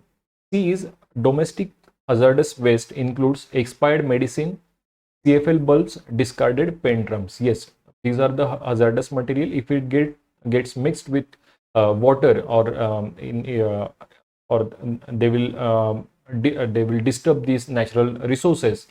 So these are the hazardous waste. So C is the correct one. D says biodegradable waste means any inorganic material that cannot be degraded by microorganisms into simpler stable compounds. Again, similar like B, both these words are contrasting. First part says biodegradable waste and the other says it cannot be degraded by microorganisms. So the correct sentence for D should have been biodegradable waste means any organic material that can be degraded by microorganisms. So D is also the incorrect one. So the only suitable pair here for the correct answer will be A and C. So the corrected sentence for this is combustible waste means non-biodegradable, non-recyclable, non-reusable, non-hazardous solid waste having minimum calorific value exceeding 1500 kilocalorie per kg. So instead of 800, it should be 1500 kilocalorie per kg and excluding chlorinated materials like plastic, wood and pulp. Now plastic, wood and pulp, they does not come under the category of combustible waste. Similarly for D, the corrected sentence, as I already said, biodegradable waste means any organic material. Instead of inorganic, it should be means any organic material that can be degraded by microorganisms into simpler stable compound. So these two are the corrected statement. So for question 40, A and C is the correct answer in the MCQ, in the multiple select question. So 2 more marks we can achieve here. So total score till this question will be 47. The next question, question 41 is, select the correct statement or statements from the following. Again, multiple select question. The sentence or the statement given at option A is, the introduction of automobiles led to urban sprawl. This is very correct sentence. As soon as there is availability of automobile, the city kept spreading in the urban fringe areas. So this is the problem of lot of metro city in Indian context are facing. So this is the correct statement.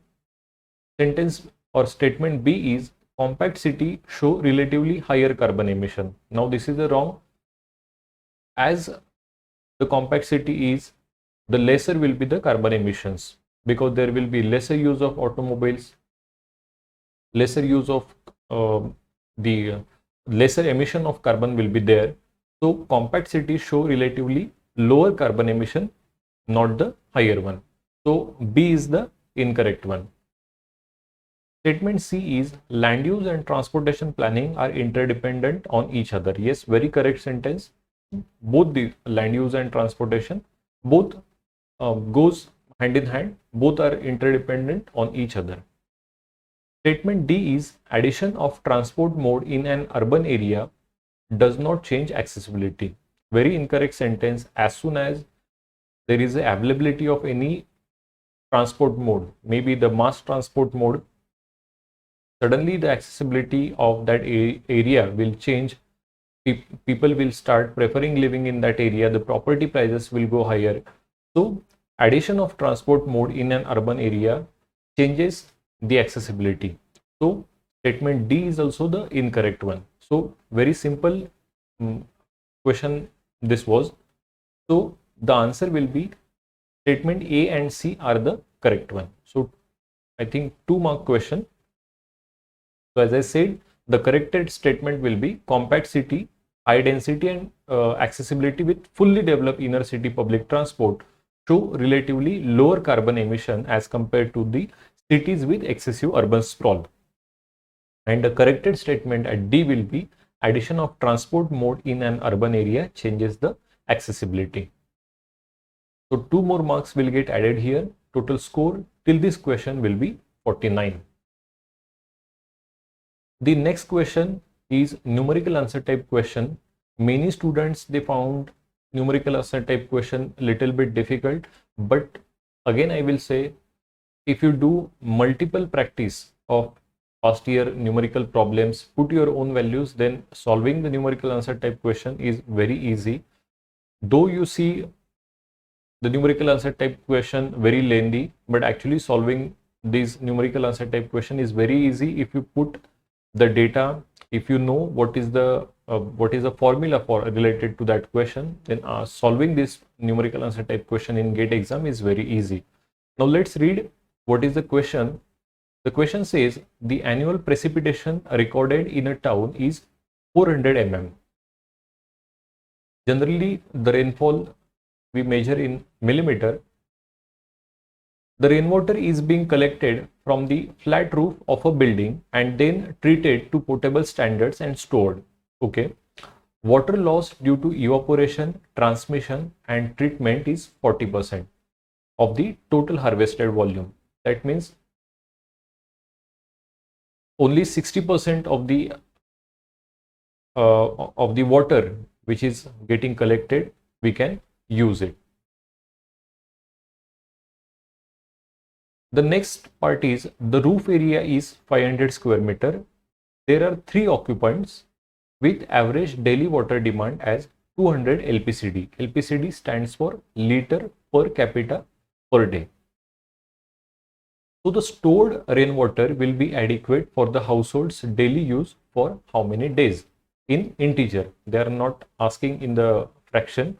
So we have to answer this numerical answer. We have to write the figure in complete integer. Now let's write down the data step by step. And as I said, the similar question was earlier asked in GATE 2014 at question 34 and GATE 2009 question 48. You can pause the video and check both these questions in the previous year question paper. So as per given information, annual precipitation, annual rainfall is 400 mm. We will convert this 400 mm into meter because all other figures, they are in meter. So 400 mm equal to 0.4 meter.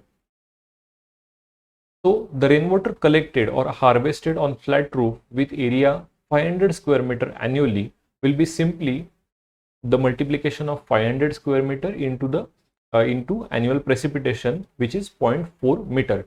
So by multiplying this, we will get the value as 0.4 into 500, we will get 200 meter cube. Now 1 meter cube is equivalent to 1000 liters, right? So if we multiply 200 by 1000, we will get the value in liters, because the value given, the next value, that is average daily water demand given for the occupant is LPCD, that is it is given in liters. So we will convert this 200 meter cube into liters. So that will be equal to 2 lakh liters. Okay. Now what is further information they have provided? As per the given information, there is a loss of 40% of harvested volume of water due to maybe evaporation, transmission and treatment. What is the meaning of this? That is, net water we can store out of total collected water will be only 60%. 40% is the loss. So what is 60% of 2 lakh? It will be around 1,20,000 liters. So this much amount we can stored, because the other 40% water get wasted, or it get lost due to evaporation, transmission and treatment. So let's focus on this 1,20,000 liter figure. So further, what they have mentioned, in that household there are 3 occupants. What is the daily average water demand? It is 200 LPCD.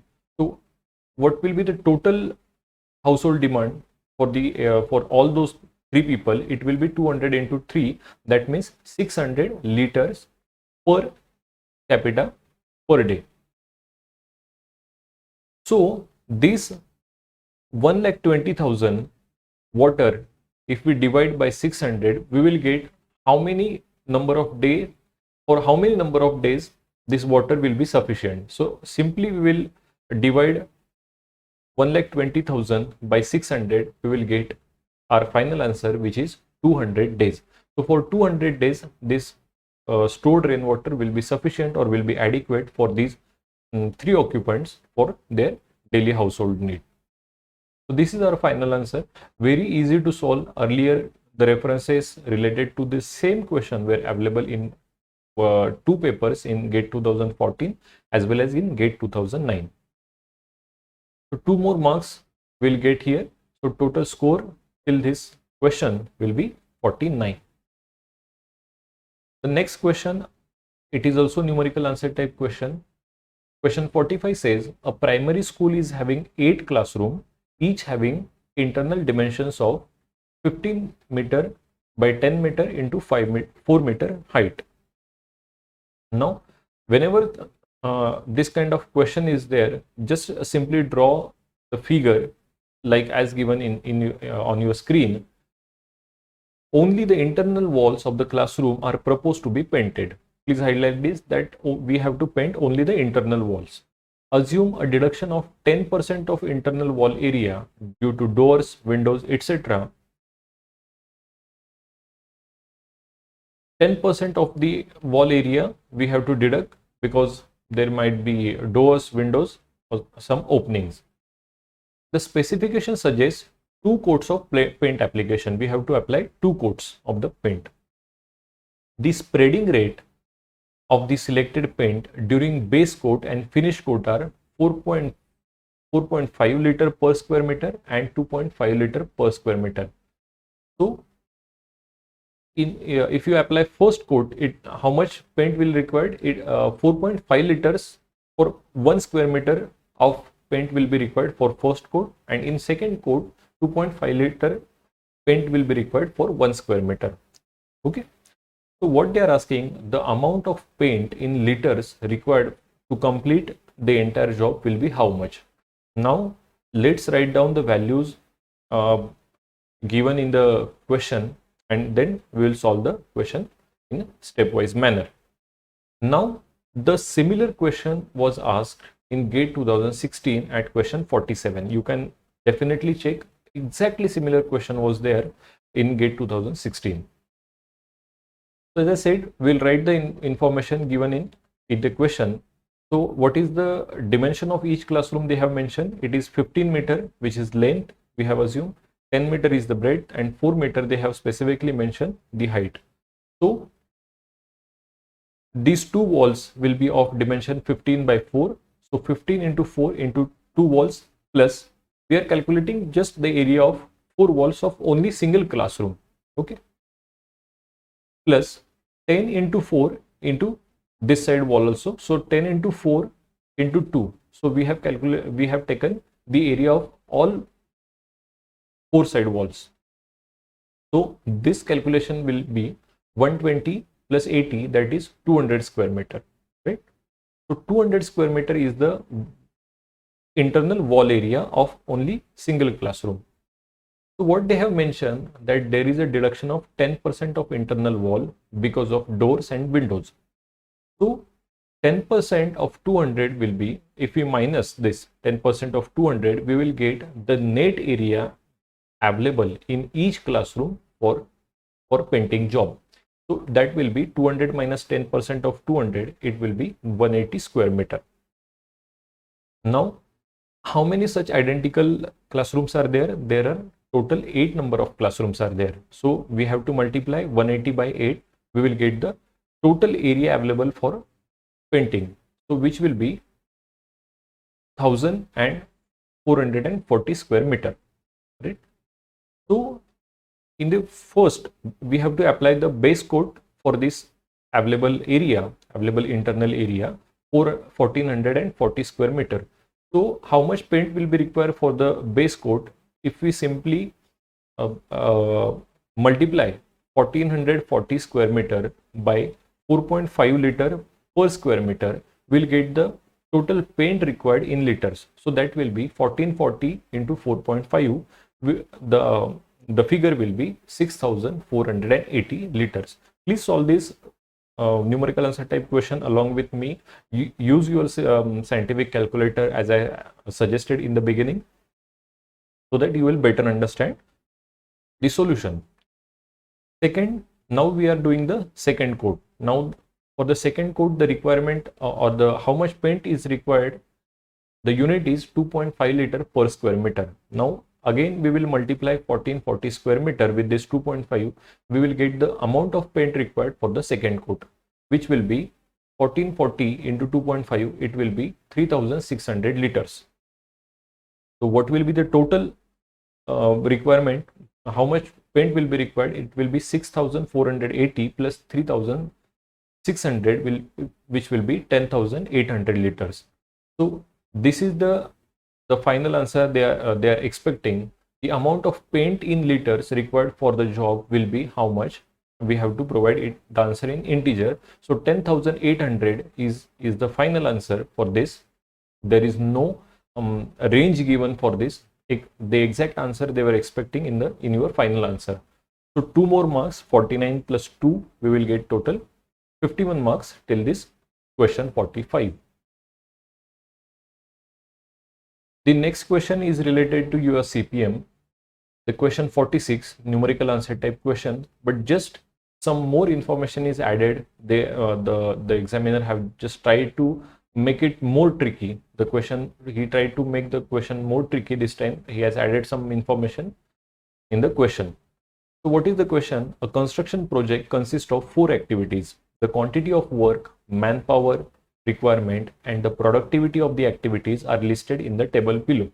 A activity, the quantity is 96 cubic meter, 8 manpower is required, and the productivity for this is 3 cubic meter of work can be completed by each person per day. So this is a kind of a unit, man day.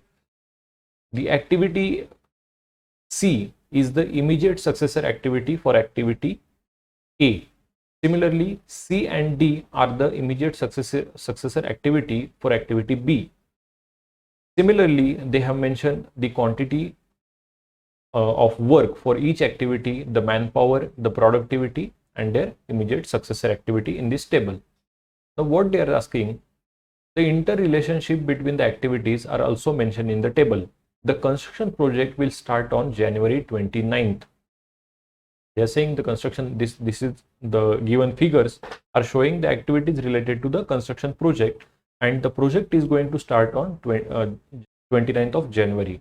Assume no holidays for the entire duration of the project. The project will finish on February. Mention the date in number. They are asking on which date in February the project will finish.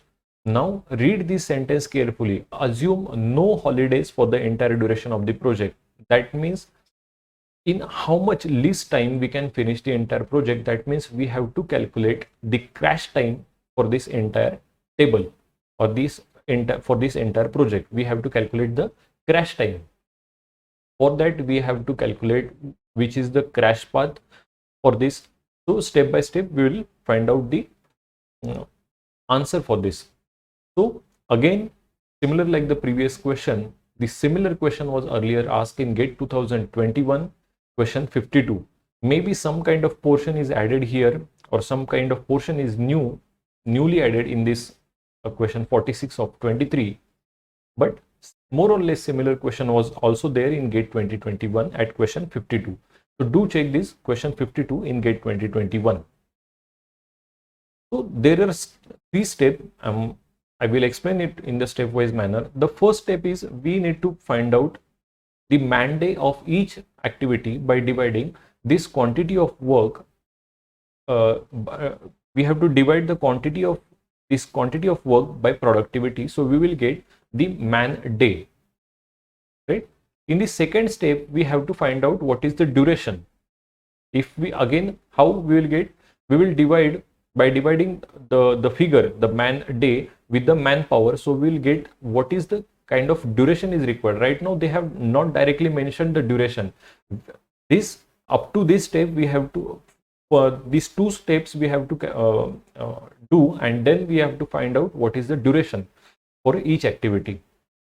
And third, we have to draw the CPM diagram as shown in the figure, which we will find out, which will draw, and from that figure we need to find out which is the crash path and what is the crash time.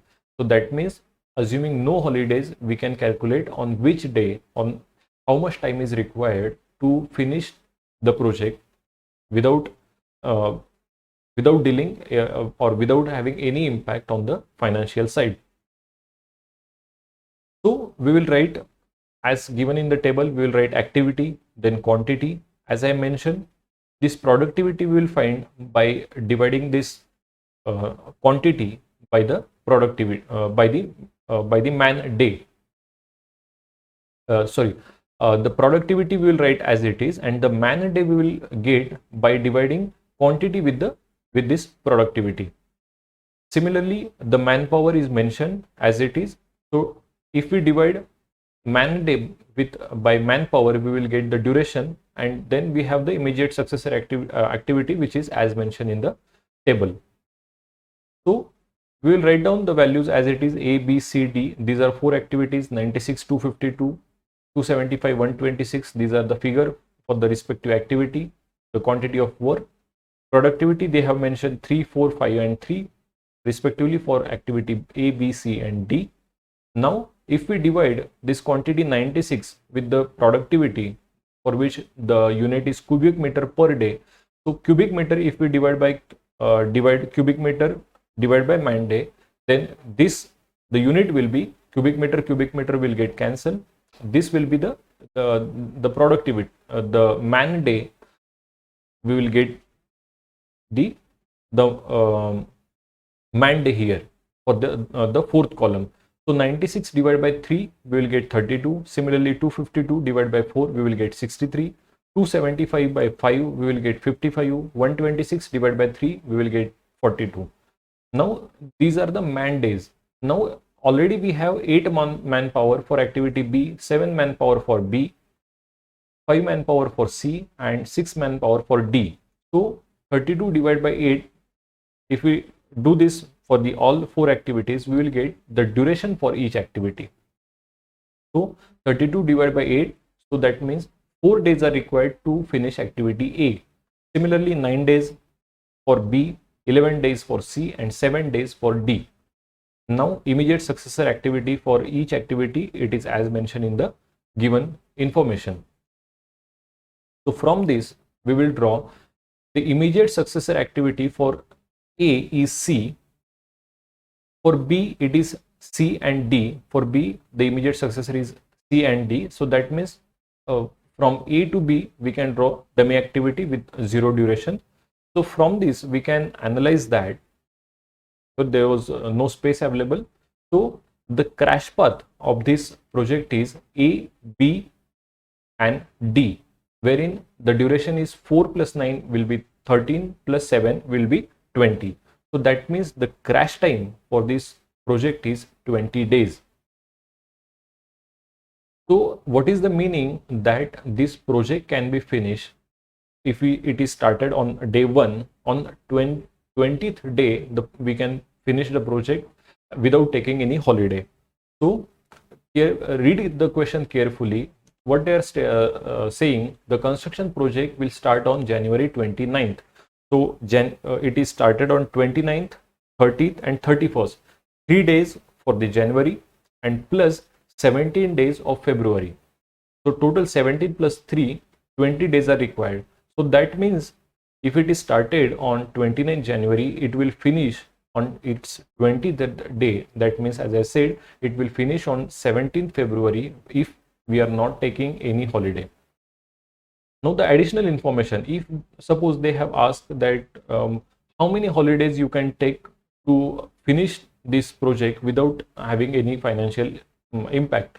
So the critical path for this particular project is A, C and D, wherein the total duration or the critical time is 11 plus 4, 15, 15 plus 7, that is 22.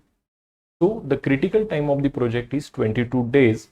So that means 2 days of holiday, maximum 2 days of holiday we can schedule to complete the project on time without having any financial impact. So the answer expected here was, they have asked that to mention the date in number, that means 17th February. That 17 number we have to write in our final answer. So 2 mark question, little bit tricky, but we have calculated by neatly writing all the given information in the tabular format, and then we have calculated. So total 53 marks we have achieved till this question. The next question, it is also simple one. The similar question was also there in one of the previous year question paper. Question 47 is, for a privately developed group housing project, the ratio of total number of dwelling units of HIG, MIG and LIG is in the proportion of 3:2:1.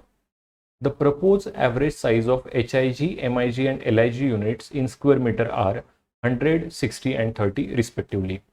The ratio of total built up area between MIG plus LIG to HIG will be 1:2, how much in integer.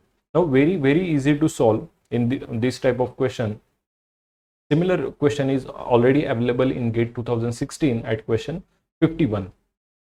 So as per given information, we will write in the tabular format HIG, MIG, LIG. What is the proportion they have mentioned? 3:2:1. So we will simply write 3:2:1 in the respective column. Then they have mentioned the average size of each dwelling unit, which is 100 square meter for HIG, 60 square meter for MIG and 30 square meter for LIG. So we will, in such type of question, we just assume that total, they have mentioned the ratio 3:2:1. So simply assume that there are 3 HIG dwelling units, 2 MIG dwelling units and one is LIG dwelling unit. So if we multiply 100 by 3, we will get the total built up area for this HIG, similar for MIG and LIG. So total built up area of HIG, MIG and LIG units will be, by assuming the above figure, it will be 300 square meter, 120 square meter, 30 square meter. Now what they are asking, the ratio of total built up area between MIG plus LIG to HIG. Simply we need to add the area of MIG plus HIG and we need to divide with the built up area of HIG. So that will be our final answer. So 120 plus 30 will be 150. 150 is to 300. That means 1:2. So they have already mentioned 1. We have to just write down the value of 2 in our final answer. So 2 is the final answer. Simple question, very easy to solve. Total score till this question will be 55.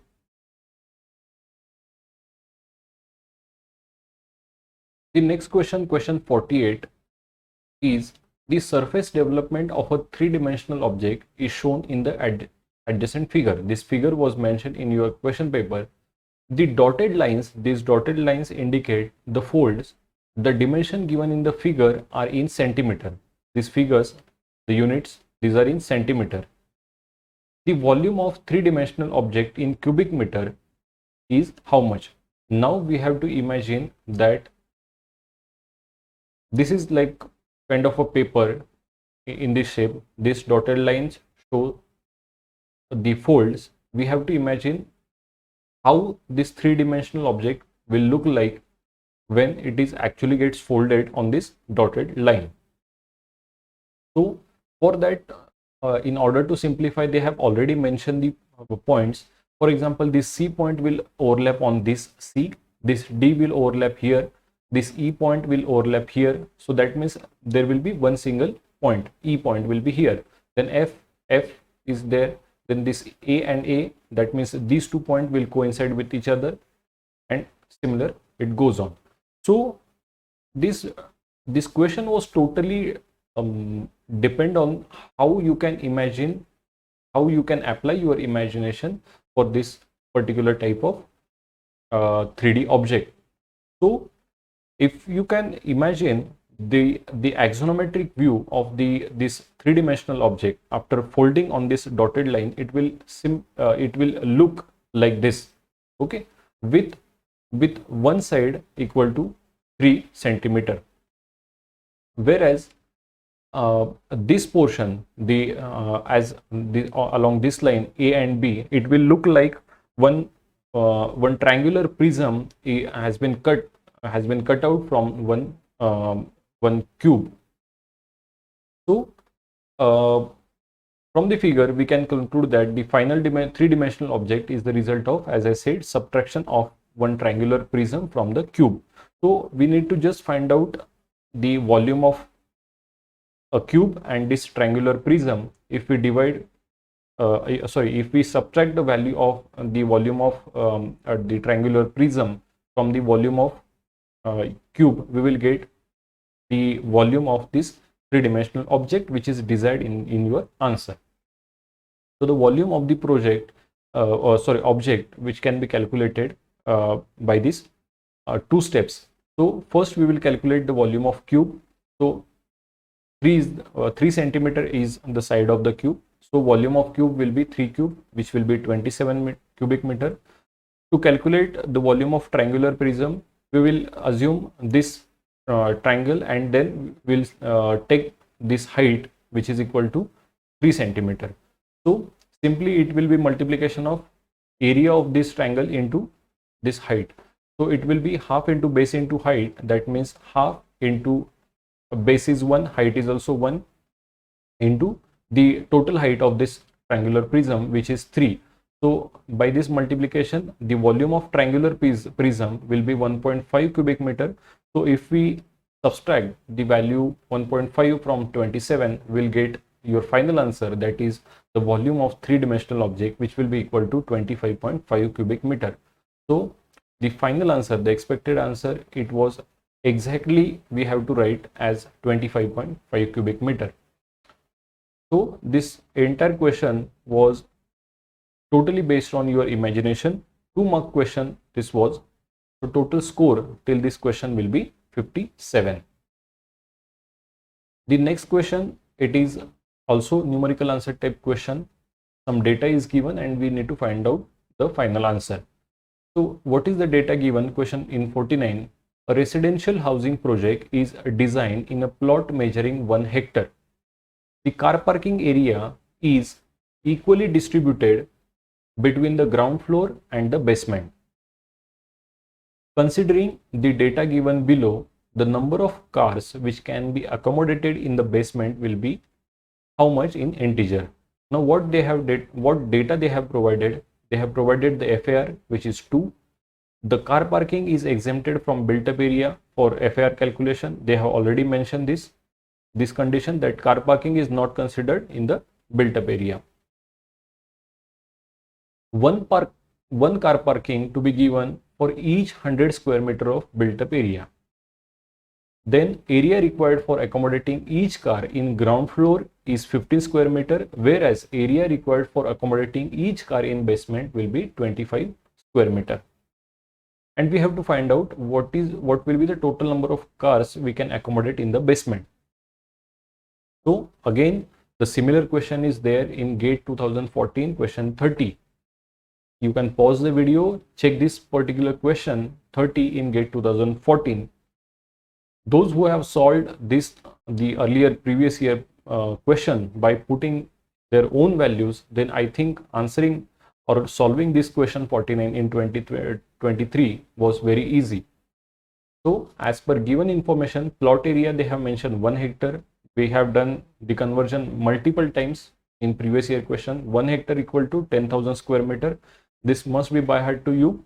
Now what is the FAR they have consumed? It is 2. So that means the total built up area, it will be directly double of the of your plot area. That means 20,000 square meter will be your built up area. Now what they have mentioned, one car parking they have to provide for each 100 square meter of built up area. So one car park for 100 square meter, then how many car park will be required for 20,000? So simply 20,000 divided by 100, that means total number of car parking we required will be 200 number of cars. Okay. Now the next condition, what they have mentioned, the area required for accommodating each car in ground floor is 15 square meter and for basement it is 25 square meter. Now let's assume that out of total 200 cars, X number of car park we can accommodate in ground floor and remaining 200 minus X we can accommodate in the basement.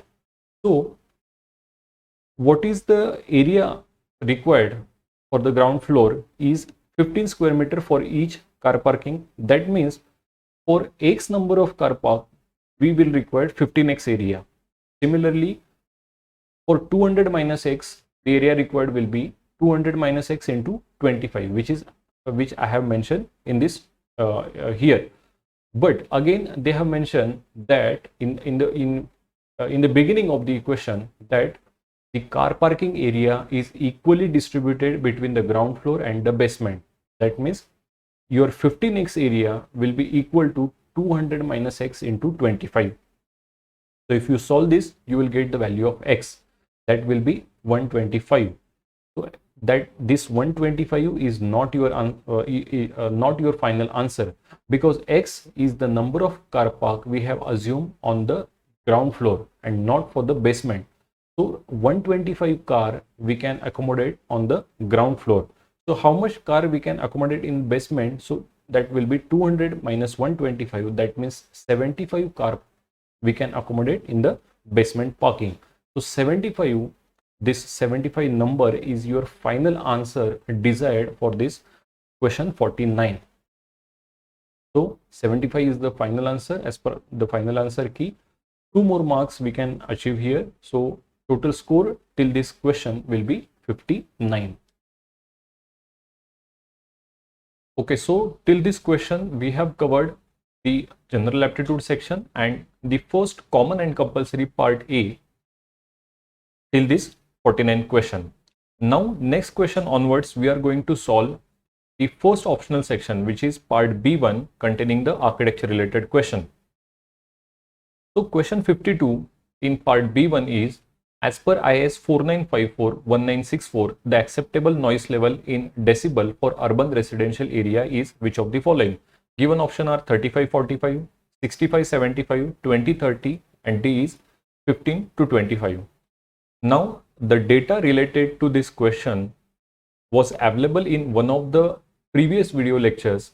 If you remember, in one of the video lecture we have discussed the frequently asked numerical question related to the building acoustic, in which in the first part I have discussed the basic data related to your building acoustic numericals.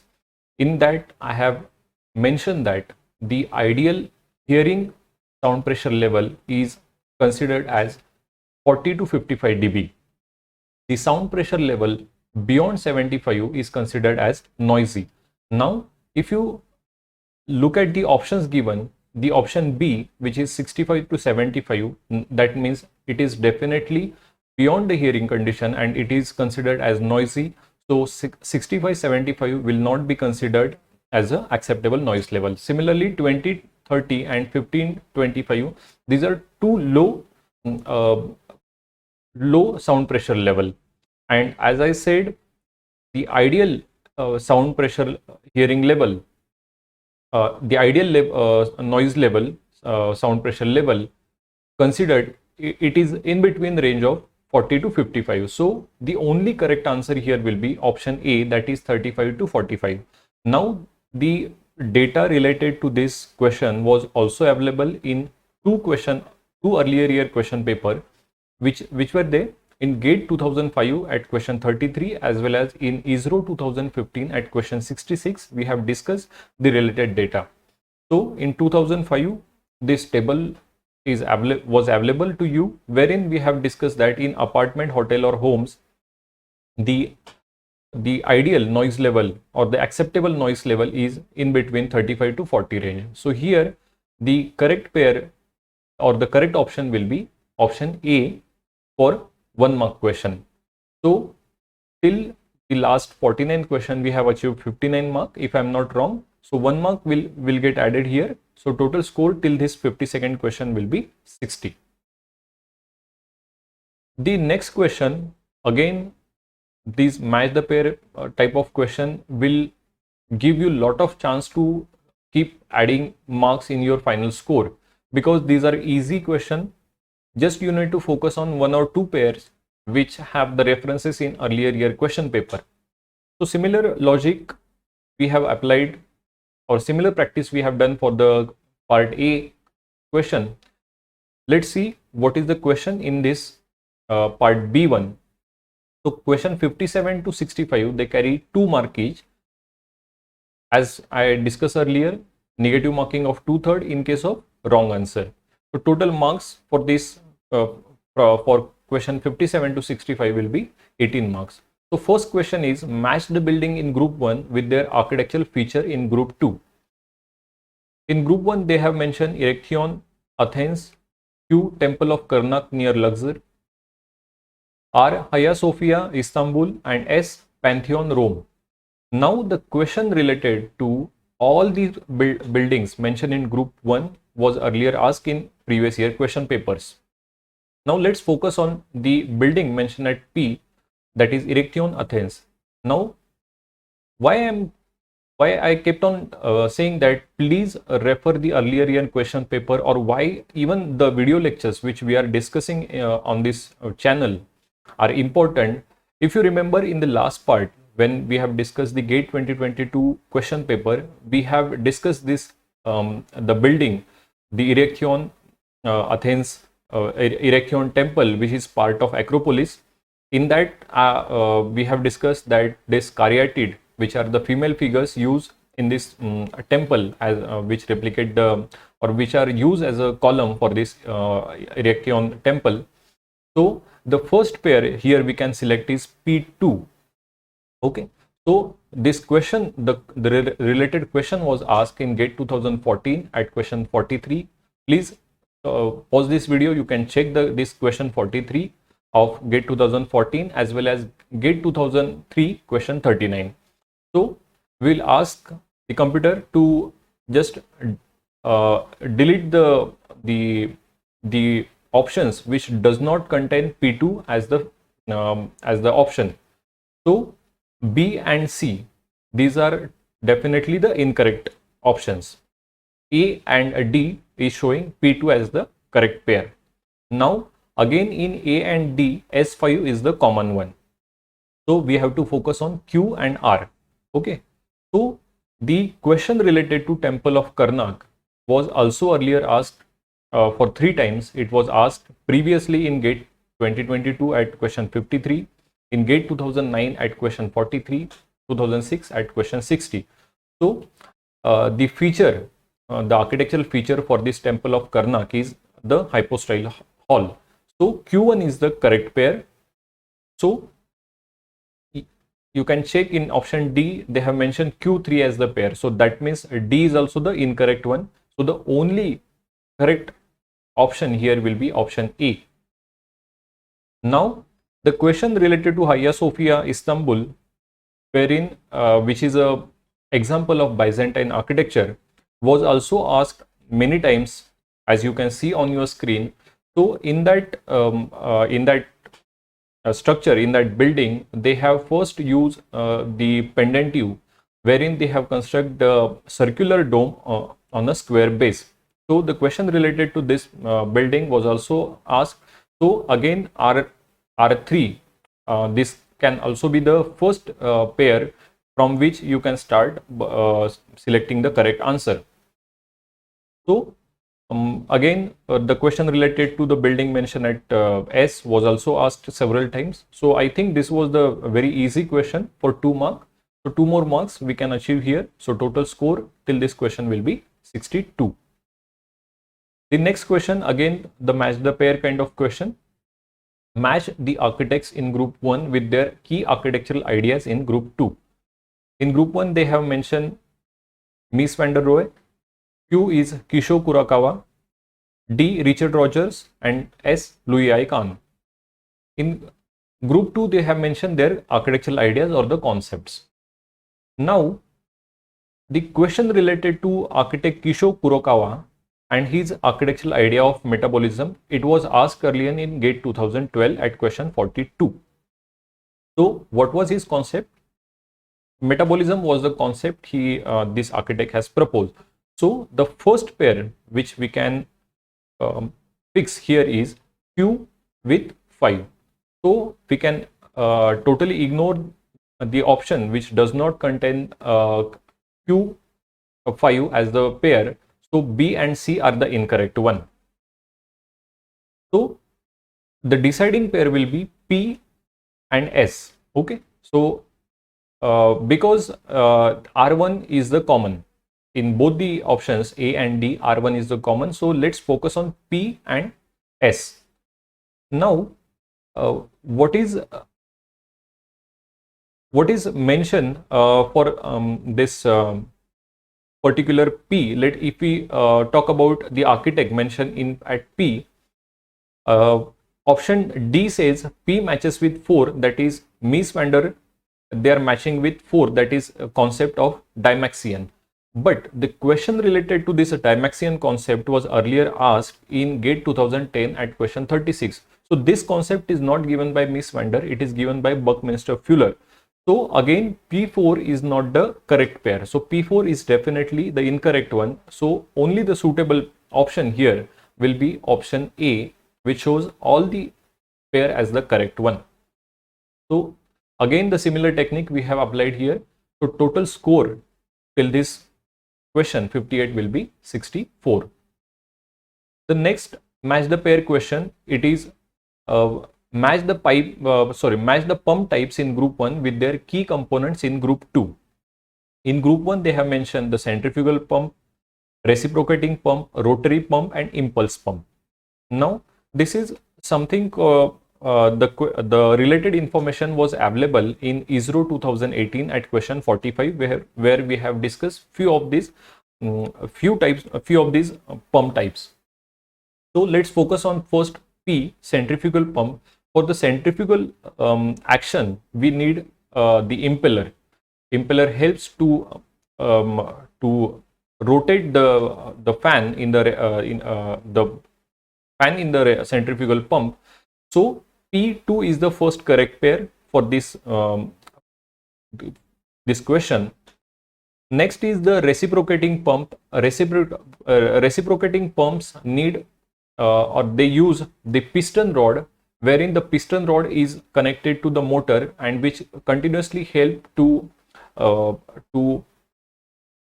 the liquid pass from the inlet, and it helps to force the liquid from inlet towards the outlet. So reciprocating pump, in reciprocating pump, piston rod is generally used. So Q1 will be the next pair.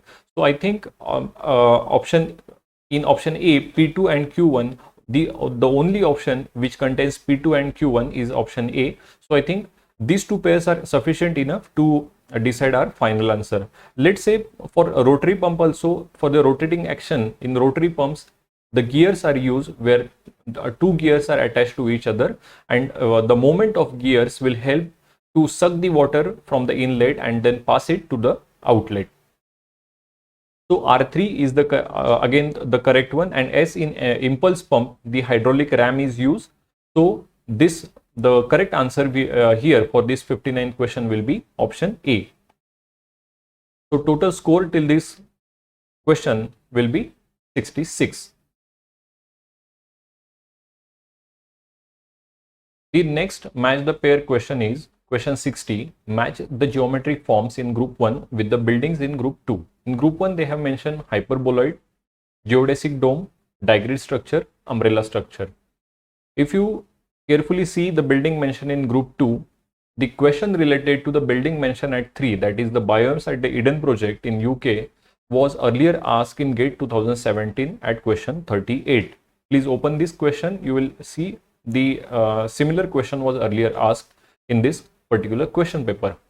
So this building, it is the geometric form which is used in this building is the geodesic dome. So the first pair which we can fix here is Q with 3. So just ignore which are the option which does not show Q3. So I think option B and option D, both these options does not show the Q3 as the pair. So we'll delete these two options. Let's focus on the other pairs. Now both these option A and C shows P5 as the common pair. So now we will focus only on R and S. So the question related to the, now let's focus on the first option, option A, which matches R4, R with 4. That means digrid structure, it matches with the Hearst Tower, New York by Norman Foster. Now the question related to this Hearst Tower in New York, which is designed by Norman Foster, was also earlier asked in GATE 2016 at question 34. So that means we know that yes, this Hearst Tower New York, it is the type of digrid structure. So R4 is the correct pair and not the R1. Right? The Petronas Twin Towers, the question is, the information is also available related to Petronas Tower at Kuala Lumpur. So R1 is not the correct one, R4 is the correct pair. So C, or option C, is also the incorrect. So the only suitable and the correct option here for this question 60 will be option A. 2-mark question will get 2 more marks. Total score till this question will be 68. The next match the pair kind of question is match the instrument in group 1 with the physical quantities they measure in group 2.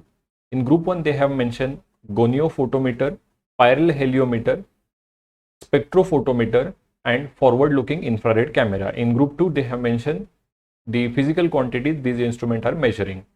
Now if you remember in preparation strategy lecture, the very first lecture, I have mentioned that please list down these important instrument and the quantities they measure or their area of application.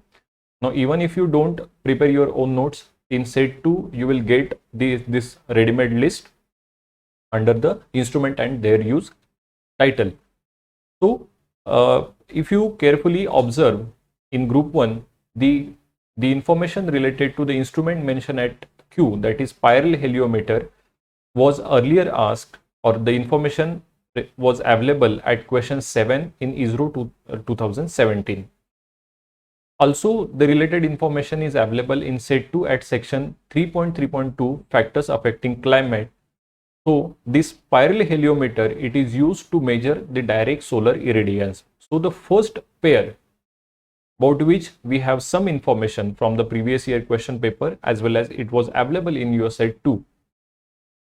So Q3 is the first pair. So which are the option which has this Q3 as the pair?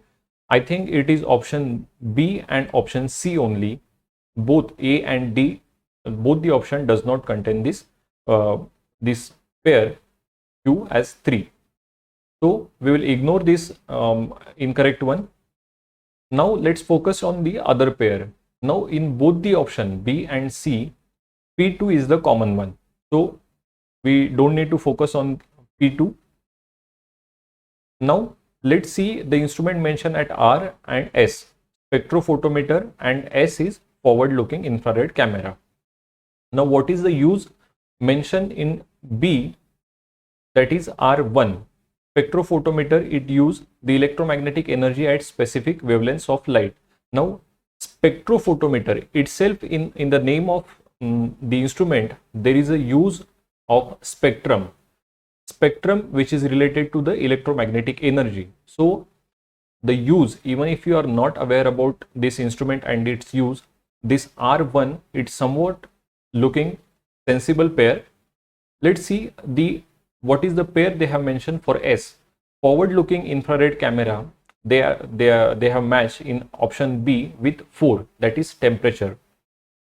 Now if you remember, in the pandemic time, we started using this infrared camera to measure the temperature of human body without directly contacting that person. So this forward looking infrared camera is used to measure the temperature of a human body or any object without directly touching or without being contact with that body. So this R1 and S4 as given in option B are the correct one. Let's see what about the other. In option C, again C, R1 is the common in option C also. So the only pair, I think, which will decide our final answer will be the S, which says in option C, S they have matched with 5, that is forward looking infrared camera. As per option C, it is used to measure the global solar radiation. So which is the incorrect one? These infrared camera are used to measure the temperature. So C is the incorrect one. So the only suitable option here will be option B, which is the correct answer. So 2 more marks we will get here. Total score till this question will be 70. The next question is multiple select type of question, wherein more than one answer can be correct or more than 2 options can also be correct. Let's see what is the question. Question 63 is choose the correct statement or statements from the following. The first sentence at option A is wastewater from sinks, baths, etc. enters through the top inlet of a gully trap, while the foul water from sweeping of rooms or courtyards enter from the side inlet. Now, definitely the incorrect one. All the water, whenever it enters the gully trap, it enters from the side and not from the top. So the statement A is the incorrect one. Statement B is anti-siphon traps have a reduced waterway at the inlet side, while the outlet being larger prevents the pipe from filling full and causing sea siphonic action. This sentence is also the incorrect one. There is no change of waterway. The waterway even at the entry level and the outlet at both the side, it is same and equal. So B is also the incorrect one. C is intercepting traps prevent foul gases from street sewer to enter the house. Yes, this sentence is totally correct. The question related to this was also asked previously in few question paper. The option D says P, Q and S traps are classified according to their shape. Yes, P trap is called as P trap because of its shape. It is in the P shape, or Q is in the Q shape. So they are classified according to their shape. So option D is also the correct one. So here the C and D will be the correct answer for this question 63. So as I just discussed, all the related information is available in multiple question paper in your set 1. So as you can see on your screen, the related questions are there in this multiple question paper. You can pause the video and check those related questions in the previous year question paper. So 2 more marks we can achieve here. So total score till this question will be 72. Okay, so from this question onwards, we are going to solve the numerical answer type question of 2 marks. Question 64 is a steel wire of 5.65 mm diameter and 50 meter length is used for hoisting crane. The wire is used to vertically lift a weight of 200 kg attached to its lowest end. Assume the Young's modulus of elasticity, that is E, of steel as 2 into 10 raised to 5 Newton per mm square and gravitational acceleration as 10 meter per second square. the elongation of the steel wire in mm, that is we have to calculate the deformation dl, will be how much? Rounded off to 2 decimal places. Now let's write down what are the values given. We will convert the values in one single unit. In the desired answer, they are expecting in mm. So all the values, all the units of the given information should be in mm. So as per the given information, what is the diameter they have mentioned? It is 5.65 mm. So what will be the radius? Half, that is radius will be 2.825 mm. Length they have mentioned as 50 meter, so we will convert into mm. So it will be 50 into 10 raised to 3 mm. Just write 50 into 10 raised to 3 mm. Don't write 50 into 1000 and then have the bigger figure here. Just simply write 50 into 10 raised to 3 mm. Weight they have mentioned 200 kg. We have to convert it to Newton in the latter stage. E, that is Young's modulus, they have mentioned 2 into 10 raised to 5 Newton per mm square. The value of G, gravitational acceleration, is 10 meter per second square. So what is the formula for tensile stress? Force upon area, that is P, that is external force upon the cross sectional area. So here the related theory, as I said, is available readily in the set 2 of Architect's Guidebook. So here this the formula is also mentioned. This is the screenshot I am showing from the set 2. So from this formula we will calculate the tensile stress. So P, the value of P, that is load, they have mentioned as 200 kg. Will multiply this with the value of G, that is 10 meter per second square. So it will be 200 kg meter per second square. Now 1 Newton is equal to 1 kg meter per second square. So that means this entire unit we can write, instead of kg meter per second square, we can write just simply Newton. So 200 kg meter per second square will be 2000 Newton. So again, R, it is a they have mentioned steel wire, they have mentioned the diameter, we have calculated the radius also. So simply A, that is cross sectional area, will be pi r square. So 3.14 into 2.825 square. So the answer will be, the cross sectional area will be 25.05, which is approx equal to 25 mm. Round off, the round off figure will be 25 mm square or square mm. Now the tensile stress, for which I have mentioned the formula, which is P upon A. So simply write down the value of P and we will divide it by A. So 2000 divided by 25. So the tensile stress will be 80 Newton per mm square. So here we have first step, we have finished till this portion. Now what they have mentioned? They have mentioned the Young's modulus, the value of E they have mentioned. Now what is E? It is tensile stress upon tensile strain. Now the related theory is also available, wherein at section 1.2.6.4 we have discussed the relation between stress and strain. So here we know the value of Young's modulus, that is E. We have just calculated the value of tensile stress. So we can calculate the value of tensile strain. So just doing the cross multiplication, tensile strain, it will be tensile stress upon E. Just write down the value, tensile stress we have just calculated, it is 80, divide by what is the value of E they have mentioned, it is 2 into 10 raised to 5 Newton per mm square. So the after doing the calculation, the value of tensile stress, the tensile strain will be 40 into 10 raised to minus 5 Newton per mm square. As I said in the beginning, please try to solve these numericals along with me. You can just pause the video. In your notebook, please try to solve this numerical answer type question. So the tensile strain, it is dl upon L, that is the deformation, that is or we also called as change in length upon its original length. The formula is available in the set 2.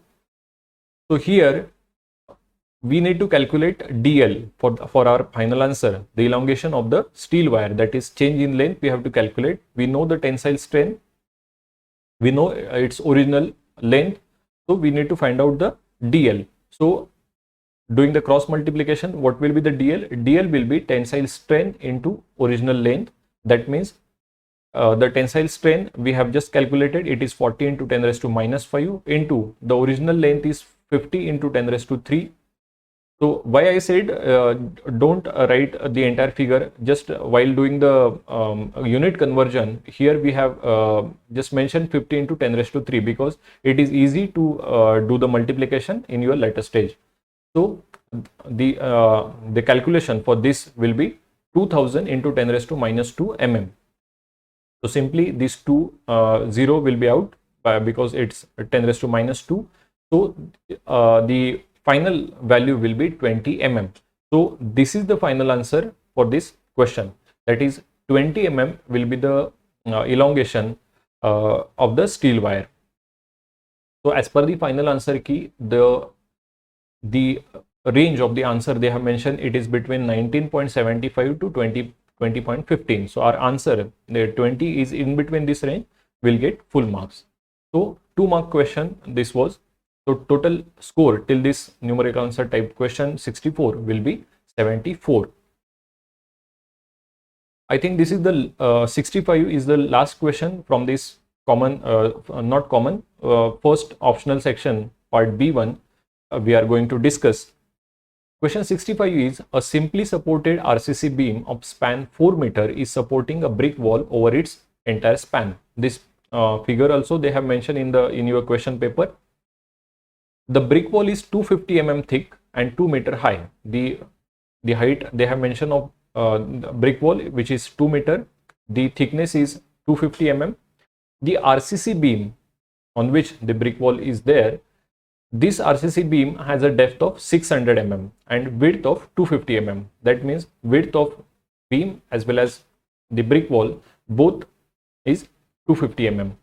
The density of brick masonry and RCC can be assumed as 18 kilonewton per meter cube and 25 kilonewton per meter cube respectively. So considering the load of the wall and the self weight of the RCC beam, the maximum bending moment in the beam in kilonewton meter will be how much? Now remember, this time they have not mentioned directly what is the uniformly distributed load or what is the point load. Instead, they have mentioned the values of the dimension of brick wall and what is the density of brick wall and what is the density of RCC beam. So first we need to calculate the uniformly distributed load on this RCC beam, so that in the final we can calculate what is the maximum bending moment in that beam, RCC beam. So just write down what are the values given in the question. First is they have mentioned the span of beam, which is L, they have mentioned as 4 meter. Okay, so span of beam L is 4 meter, depth, that is D, they have mentioned 600 mm. We will convert into 1 unit, so it will be 0.6 meter. Next, width of beam and wall, they have mentioned 250 mm, so which is equal to, that is W will be 0.25 meter. Height they have mentioned 2 meter. So in the step 1 we will calculate the load of brick masonry and RCC beam. So how to calculate this? As per the given information, they have mentioned density of both the brick wall as well as the RCC beam. So the cross sectional dimension we will take for the brick wall, which is the length is 4 meter, right? The height is 2 meter and the thickness is 0.25. So we can calculate the total volume of brick wall. So that will be, if you do this multiplication, 4 into 0.25 into 2, the volume of wall will be 2 meter cube. Similarly, for the RCC beam, you can do the calculation at the first instant also. So what is the load? What will be the load due to the brick wall? The load will be density into volume. They have mentioned the density and the volume we have calculated just in the earlier stage. So the load of the brick wall, that is W1, it will be 18 into 2. 18 they have mentioned the density, we have calculated the volume. So 18 into 2, that is 36 kilonewton will be the load of brick wall. Similarly, you can do the calculation for the load of the RCC beam. So the load of RCC beam W2 we can calculate by doing the same method. It will be 15 kilonewton. Okay. So what will be the total load? 25 plus 15. If we add both these, it will be 51 kilonewton. Sorry, this 36 plus 15, if we totally add this, it will be 51 kilonewton.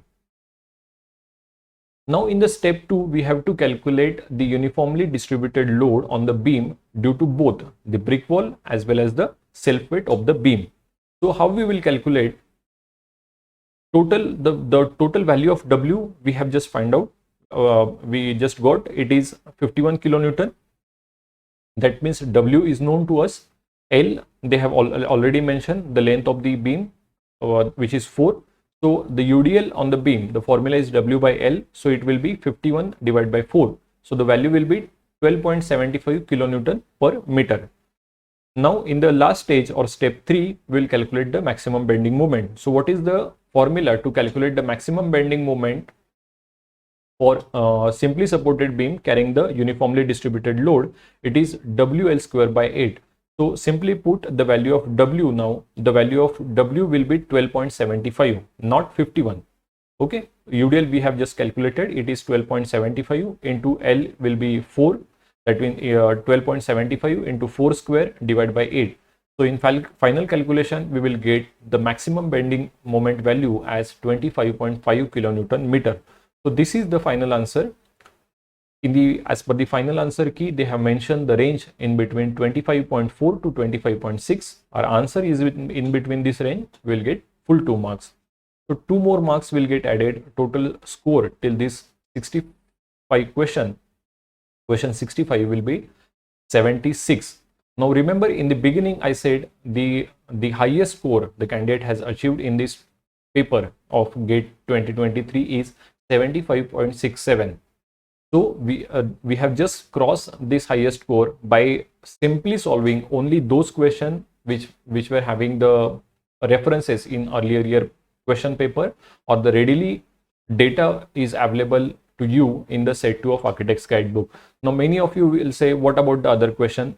Yes, even those questions which we have not covered here, even few of those questions were easy to solve by, even if you have not read any information related to that, even applying some kind of a logic, you could have answered those questions very easily. So now we will discuss the next optional section, which is part B2 containing the planning question. So let's start with the next part B2. The first question in part B2, the planning related question, is question 67. Jal Shakti Abhiyan initiated by the Ministry of Jal Shakti does not include which of the following? MCQ type question, not the multiple select question. A says water conservation and rainwater harvesting. B is renovation of traditional water bodies. C, hydroelectric power generation, and D is intensive afforestation. Now, very easy question and simple to answer. All the initiatives mentioned in A, B and D are related to the water conservation, or to conserve the rainwater harvesting, or related to the rainwater harvesting. Whereas the hydroelectric power generation, it is not related to the Ministry of Jal Shakti, it is related to Ministry of Power. So very simple question to answer. C is the incorrect one, which is not related to the Jal Shakti Abhiyan initiated by the Ministry of Jal Shakti. So again, the explanation is available here in the set 1, that this Abhiyan, it was launched in 2019 in 1592 blocks in 256 water stressed districts of the country, in order to promote the water conservation and water resource management. So there were 5 targeted areas which include the water conservation and rainwater harvesting, renovation of traditional and other water bodies, reuse of water and recharging of structures, watershed development, and intensive afforestation. So these 5 are the target areas under this Jal Shakti Abhiyan. So I think answering this question was not difficult. C is the option which does not include the target areas of Jal Shakti Abhiyan. So I think it was 1 mark question. So till common and compulsory part A, plus your general aptitude section. If you remember, we have achieved 59 marks.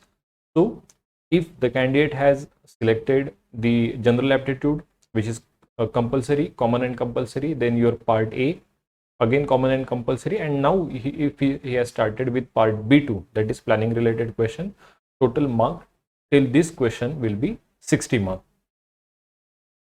The next question is related to the transport planning. It is a simple question to answer, but some application, some logic application was required here to answer this question. Question 68 is select the correct sequence of activities for transit operation planning process. Option A says first you do the design of your network route, then followed by timetable development, then vehicle scheduling, and finally crew scheduling. B, some different arrangements are there, like say timetable development is the first, then followed by crew scheduling, then vehicle scheduling, and final one is the network route design. Similarly, if you read C and D, vehicle scheduling, crew scheduling, network route design, timetable development. D says crew scheduling first, then scheduling of vehicle, then timetable development, and finally the network route design. Now, if you carefully see all the four options, whenever you plan something, you first design your network route. So definitely network route design cannot be at the end stage. This should not be at the latter stage or at the end stage. So B and D are definitely the incorrect one. Which means that network route design cannot be your end step in the transit operation planning process. Now, if we focus on A and C option, A says first you design your network route, then decide the timetable. Because whenever you are in the transit operation process, let's take an example. If you are designing or you are planning for some transit route, so you will decide one particular route that bus or that mass transit system is going to follow. From A to B, you will decide the origin and destination, right? So that will be part of your network route design. After that, you will develop some kind of a timetable based on the what kind of activities that both the regions are having. For example, if A part is the residential part and B part is some kind of a workplace area, then many people will travel from A to B in the morning time to go to their workplaces, and again they will come back in the evening time. So accordingly, you will develop the timetable that in the morning time I will require more number of buses or more number of mass rapid transit systems. So timetable development will be the next stage. Then depending upon what is the population or what kind of depending on the gender, depending upon the age criteria, or depending upon what is the composition of population in that particular area, you will decide you will schedule the vehicle. For example, in the morning time, if there is a lot of population is going from destination from origin A to their destination B, then maybe more vehicles will be required. So you need to schedule more vehicles in the morning time as well as in the evening time. Let's take in the afternoon, there is no rush in the afternoon hours, so you can reduce your number of trip in the afternoon time. So vehicle scheduling should be followed by your timetable development. After you schedule the vehicle, then you can assign that yes, in the morning time I will require more number of people to transport the people by using those buses or any other transport mode from their origin to destination. So your vehicle scheduling will be followed by your crew scheduling. So option A is the very correct option here, not option C, because option C says you first schedule your vehicles, then followed by your crew scheduling, then you will design the route network. So the vehicle scheduling and crew scheduling, now they have to find out that where they will move. So vehicle scheduling, crew scheduling followed by the network route design is not the correct one. So the only correct option here will be option A. All the other three sequences are the incorrect one, and the sequence given at at A is the correct suitable option here. So 1 mark question, this was total score till this question will be 61. The next question, question 71, again the easy one related to your general knowledge or the current updates, which was during COVID-19 pandemic, the ARHC scheme, which was launched in 2021 by the government of India to address the problems of poor urban migrants, the term ARHC refers to. Now, there was a lot of problem related to the urban poor migrants related to their housing. So this ARHC, which stands for Affordable Rental Housing Scheme or housing complexes, was initiated by Ministry of Housing and Urban Poverty or Urban Affairs, not Urban Poverty. It is renamed as Ministry of Housing and Urban Affairs, MOHUA. So this initiative or this scheme was launched by that particular ministry in the year 2021 to address the problems of poor urban migrants. So even the options, the other options are the incorrect one, or they are not related to their housing problem. Like at option A, they have mentioned accessible rural health center. So it is not pertaining to the Ministry of Housing. It is Ministry of Health. C says affordable rental for homeless citizens. No, it is also the incorrect. D says accessible rural housing complexes. That is also the incorrect one. So the B was the only correct and option for question 71. So the explanation is already available in the set 1. You can read the explanation. So 1 mark question this was. So total score till this question will be 62.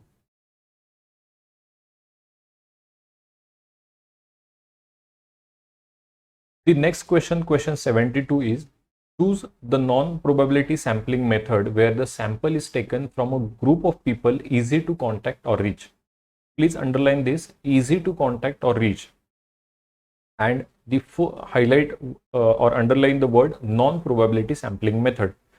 The option given are simple random sampling, B is snowball sampling, C is convenience sampling, and D is stratified random sampling. Now we have already discussed all the sampling methods in at question 20 in GATE 2003, wherein the information related to the sampling methods was readily available. So the question 20 in GATE 2003 was the sampling technique used to select from every subgroup of population in at least one stage of the procedure is known as I said in that explanation, we have discussed the systematic sampling, then the cluster sampling, stratified sampling, and the multi-stage random sampling. Also, in set 2, in table 5.6.2.1, the methods of survey and selecting samples in data collection, we have discussed about the non-probability sampling. So what is non-probability sampling? It is the one where discretion is used to select representative units from the population to infer that the sample is representative of the population. This method is also called as judgment or purpose sampling. Now again, going back, if you look at all 4 options, first one is simple random sampling. That means if you read the question in the latter part, they are saying group of people easy to contact or reach. That means first you have identified few people to whom you can contact or they can be reached very easily. That means it is not a random selection. So option A, simple random sampling, is the incorrect one. B is snowball sampling. Snowball sampling, it is also similar to like simple random sampling, wherein you randomly throw your questionnaires and take their opinion or their answers or their result from those random people. So snowball sampling also, though it is a part of non-probability sampling, but here you don't know whether the people where the intended audience, they are easy to reach or not. So snowball sampling is also not the incorrect one. Then again, in stratified random sampling, as we have already discussed, in stratified sampling, random sampling, what you do, first you will divide the data based on maybe the gender, maybe the age, maybe the income criteria, or any other criteria you will decide to further first divide the population in some group, and then you will take the their their opinion for your survey. So in stratified random sampling also, you are not sure whether the people who are falling in that particular group, they will be easy to contact or they will be easy to reach or not. So stratified random sampling also is not the correct one. So convenience sampling is the only correct option here, because as per your own convenience, you decide some group of people who are easy to contact or they are easy to reach, and then you will throw your questionnaires to them and take their opinion or their answer for your survey method or for your survey. So here the correct option will be option C, 1 mark question. Total score we have achieved till now will be 63. From question 73 onwards, 73 to 81, this question carried 2 mark each. So as I said in the for the part A also, common and compulsory, 2 mark question minus 2/3 negative marking for wrong answer only in case of MCQ question. No negative marking for MSQ and numerical answer type question. So question 73 is match the items in group 1 with the most appropriate stages of travel demand modeling in group 2. In group 1 they have mentioned the stages of travel demand modeling, and group 2 is the area of application sort of for which this model are used. We have to find out from the group 2. So the question related to the stage which is mentioned at S in group 1, that is user equilibrium model. This model mentioned at S in group 1, the question related to this was earlier asked at question 13 K to 2021, wherein we have discussed all the stages for this travel demand modeling. So user equilibrium, it is used to define or to decide their traffic assignment, right? Traffic or trip assignment.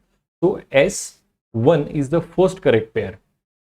Okay, so let's see which options show S1 as the first correct pair, because we have this information that user equilibrium, this model is used for the trip assignment. So S1 we can finalize the first figure from the information which was available with us. So C and D are the incorrect one, which is showing the incorrect pair, that is S5. Now the next thing, the growth factor model. We have also discussed this growth factor model, which is mentioned at R in group 1. It is used for the trip generation or trip production. So growth factor model, that means R matches with 2.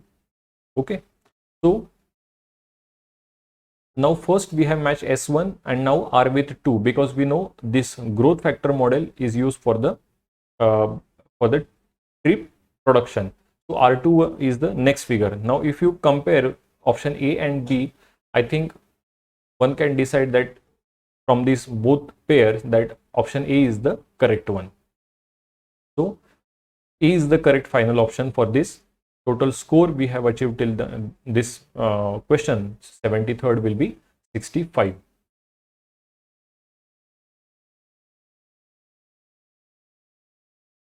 The next question, question 74, was also one of the easy question in the question paper. Match the acts in group 1 with the corresponding organization empowered by the act in group 2. In group 1 they have mentioned RERA 2016, RTI Act 2005, R says Town and Country Planning Act, and S is Municipal Act. In group 2 they have mentioned Chief Information Commission, second is Land Registration Board, third is Real Estate Regulatory Authority, D is Development Authority, and 5 is Board of Councillors.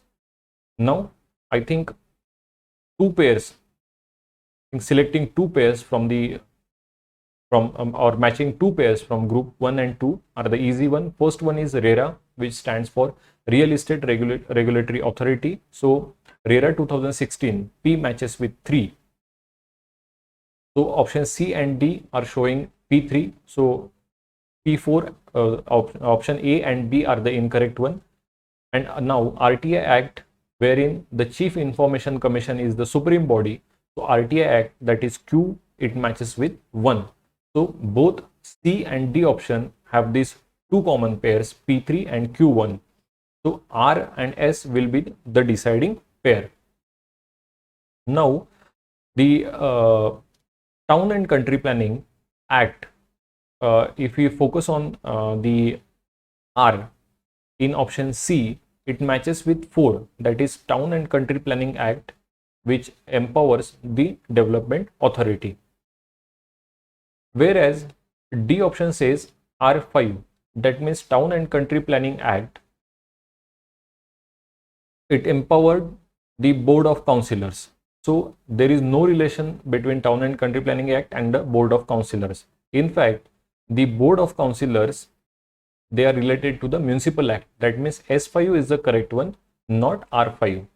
So among option C and D, the correct one will be option C, which is easy to select. I think it was one of the easy question.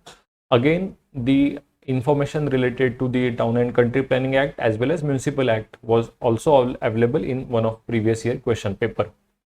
So total score till this question will be 67. Okay, the question 76 is, as per URDPFI guideline 2015, match the following settlement type in group 1 to their population range in group 2. In group 1, they have mentioned large city, metropolitan city 2, small town 2, medium town 1. In group 2, they have mentioned 50,000 to 1 lakh, 50 lakh to 1 crore, 20,000 to 50,000, more than 1 crore, and fifth 5 lakh to 10 lakh. Now, the question related to this was the population mentioned at 4 in group 2 was earlier asked in one of the previous year question, wherein if the population is more than 1 crore, we generally call this as megapolis or urban agglomeration. Currently in India, as per the census, as per the previous census, that is Census of India 2011, total there are 6 urban agglomeration or megapolis, which are they? First is the Greater Mumbai, followed by Delhi, Kolkata, Chennai, Bangalore and Hyderabad. Now, if you carefully look at the options in question 76 of GATE 2023, this more than 1 crore, this should be matching with only megapolis, which is not mentioned in group 1. In at any of the option like P, Q, R, S, it is no term says megapolis, because so what I want to say, this 4 should not match with any of the settlement type mentioned in group 1. That means the answer should be the correct answer should be the one which does not contain the pair which is matching with 4. So if you look at the option B, C and D, B, Q is matching with 4, even C, Q is matching with 4, and D, P matches with 4, whereas actually it should be megapolis which is having population more than 1 crore. So roughly you can say that all these 3, B, C and D, are the incorrect one. The only correct option here will be option A, that is which is P5, that means large city, the population is 5 lakh to 10 lakh. Then Q2, metropolitan city 2, is having population of 50 lakh to 1 crore. Then R3, that is small town 2, having population of 20,000 to 50,000, and medium town 1, having the population of 50,000 to 1 lakh. So even by this simple logic, you can answer this kind of question in the match the pair type of question. So I think this was 2 mark question. So 2 more marks we will get here. So total score till this question will be 69. Question 77, match the pair kind of question. Match the application areas in group 1 with the satellite or satellites sensors in group 2. In group 1, they have mentioned cyclone prediction, communication, high resolution mapping, and S navigation. So for this purpose, which satellite or which satellite sensor is used, we have to identify. Now, if you carefully see the satellite or the satellite sensors mentioned in group 2, the question related to the Cartosat, which is mentioned at 4 in group 2, was earlier asked. Where it was asked? It was asked in GATE 2021 at question 3, GATE 2017 at question 24, GATE 2008 at question 36. Now this Cartosat we generally use for the high resolution mapping. This information was readily available to you in all these 3 previous year question papers. So the first correct pair will be R with 4. So which are the options which says R4? We will delete the other options. So B and D are the incorrect one. Now, if you observe the remaining options A and C, P5 is the common. That means cyclone prediction, they have matched with SCATSAT. Now, let's focus on Q and S. These 2 pairs will decide our final answer. So again, the question related to geostationary orbit, that means geostationary orbit or satellite, that is a GSAT, which is mentioned at serial number 3 in group 2, was earlier asked in GATE 1993 at question 21, wherein I have already explained that this geostationary satellite, they are used for the communication and meteorology purposes. So GSAT at GSAT 30, which is mentioned at 3 in group 2, it matches with Q in group 1. So Q3 will be the correct pair. So among option A and C, the only option which says Q3 is option A. So that means C is also the incorrect option. So the deciding this Q3 has decided our final answer, which is option A, which is the correct one. So 2 more marks we will get here. Total score till this question will be 71.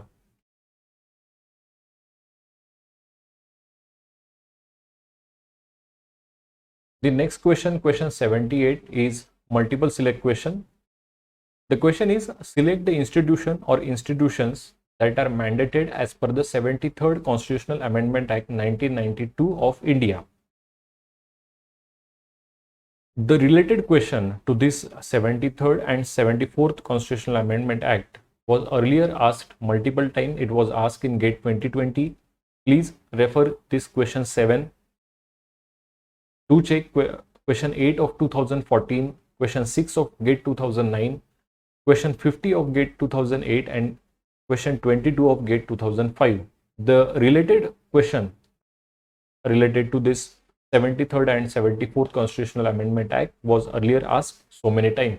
So this was one of the important topic. This is one of the important topic in your GATE preparation. Also in the preparation strategy, I have mentioned few other study material which you can go through once, which includes the URDPFI guideline. So the volume 2 of URDPFI guideline, at the very beginning stage, it explain this 73rd and 74th Constitutional Amendment Act, wherein the institution which are mandated as per the 73rd Constitutional Amendment Act, it includes the constitution of panchayats at 3 levels. That means first is at village level, the Gram Sabha, then intermediate, that is at panchayat level, and third one at the district level, that we also called as Jila Parishad. So panchayat and Gram Sabha, these 2 institutions are mandatory as per the 73rd Constitutional Amendment Act. Now, in order to make the question little bit tricky, the Municipal Council and Ward Committee, these 2 institutions are mandatory as per the 74th Constitutional Amendment Act. Now, the explanation related to this was also available in your URDPFI guideline volume 2, wherein the explanation is there right on your screen, that the constitution, the institution mandatory as per the 74th Constitutional Amendment Act is the Nagar Panchayat, then your municipal council and the municipal corporation for the larger area. So these are the mandatory things as per the 74th Constitutional Amendment Act, which is the constitution of ward committee and decide the duration of municipalities. So here B and C will be the incorrect one. As I first said that under 73rd Constitutional Amendment Act, your development institution at 3 level. First one is the at village level, Gram Sabha, then Panchayat level, and third one at the district level, which is the Jilla Parishad. So here the correct answer for question 78 will be option A and option D under the multiple select question type. So 2 more marks we will get here. So total score we have achieved till this will be 73. The next question is numerical answer type question, but very easy to solve. The related question or the similar question was also there in one of the previous year question paper. The question 80 is the adjacent figure shows a contour diagram and 2 points A and B on the continuously ascending surface. The horizontal projection of AB is 200 meter long and the gradient of AB is 1 in 25. The constant contour interval in meter is how much in integer. Now this, if we draw the section of this particular contour diagram, it will look similar like this. You have to draw the diagram as shown on your screen. So the horizontal distance between A to B is 200 meter. They have mentioned the gradient, which is 1 in 25. That means for every 25 meter horizontal distance, there is a rise of 1 meter height. Okay. So simply by doing cross multiplication, if 1 meter height, if the height is increasing by 1 meter for every 25 meter horizontal distance, how much height will increase for 200 meter horizontal distance. So by doing cross multiplication, this vertical height BC we will get as 8 meter. Okay. So what further they have mentioned, there are 4 constant contour intervals 1, 2, 3 and 4. So if we divide this 8 by 4, we will get the constant contour interval, which will be 2 meter. So 2 is the final answer here for this numerical answer type question. Very easy question to solve. So total score plus 2. So total score will be 75.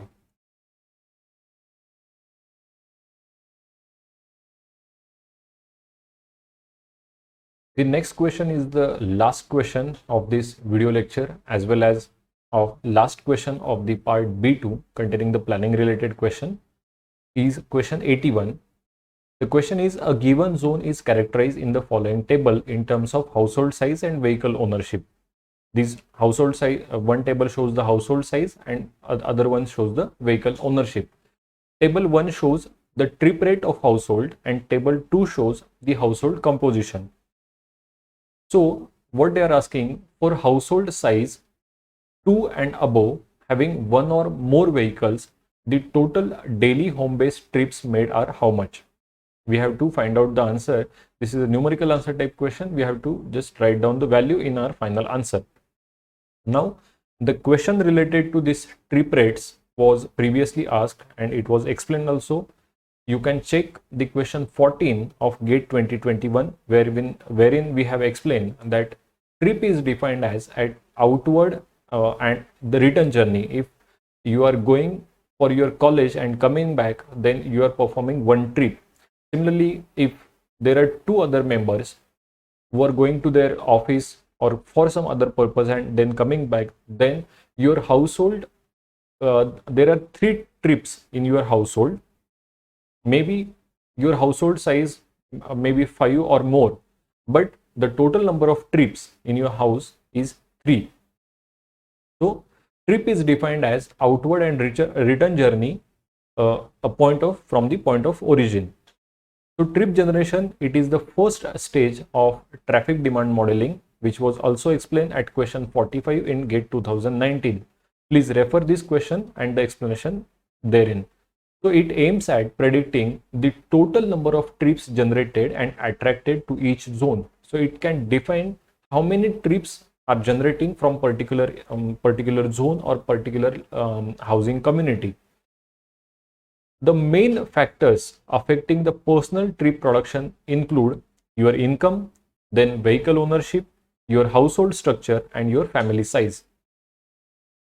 two models which are used for the trip generation modeling are the growth factor modeling and the regression modeling. Remember, in one of previous question, I have also said that this growth factor modeling which is used for the trip generation. So the information was readily available here also in this explanation. Now, coming back to growth factor modeling, how we generally calculate the future trips. The formula is mentioned here in the explanation. TI, it is the number of future trips in that particular zone. It is calculated by small ti, which is showing the number of current trips in that particular zone, and F is the growth factor, which depends on the explanatory variables such as the population of the zone, average household income, average vehicle ownership. Now the question 81 of this GATE 2023 was not difficult one. We have to just calculate the total number of total number of trips per household.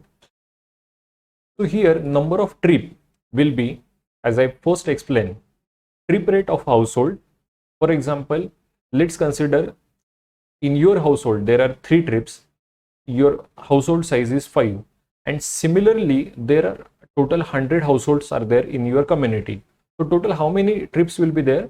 100 multiplied by 3, that means 300 trips are generated among your community. So by doing this simple calculation, you have to find out the answer as desired in the question. So what they are asking, household size 2 and above. Household size 2 and above. That means here they have mentioned the trip rates and this is the household size. For example, if the household size is 2 and the vehicle they are owning only one vehicle, then the trip rate is 2.5. Similarly, if the household size is 3 and above and they are owning only one vehicle, then the trip rate is 5.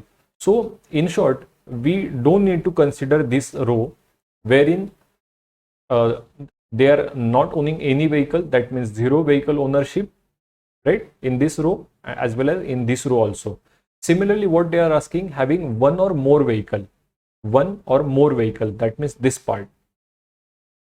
So the household size is, if the household size is 1, then we don't need to consider this column also, So the only 4 figures we need to consider here is this 2.5, this 5, 3, 6, these 4 trip rates, and the total number of household corresponding to these figures. That means total household which is having one or more vehicles, 1, 2 and above. That means in this criteria, what they are asking, having one or more vehicles. So all these household which are owning one or more vehicles will come under this consideration.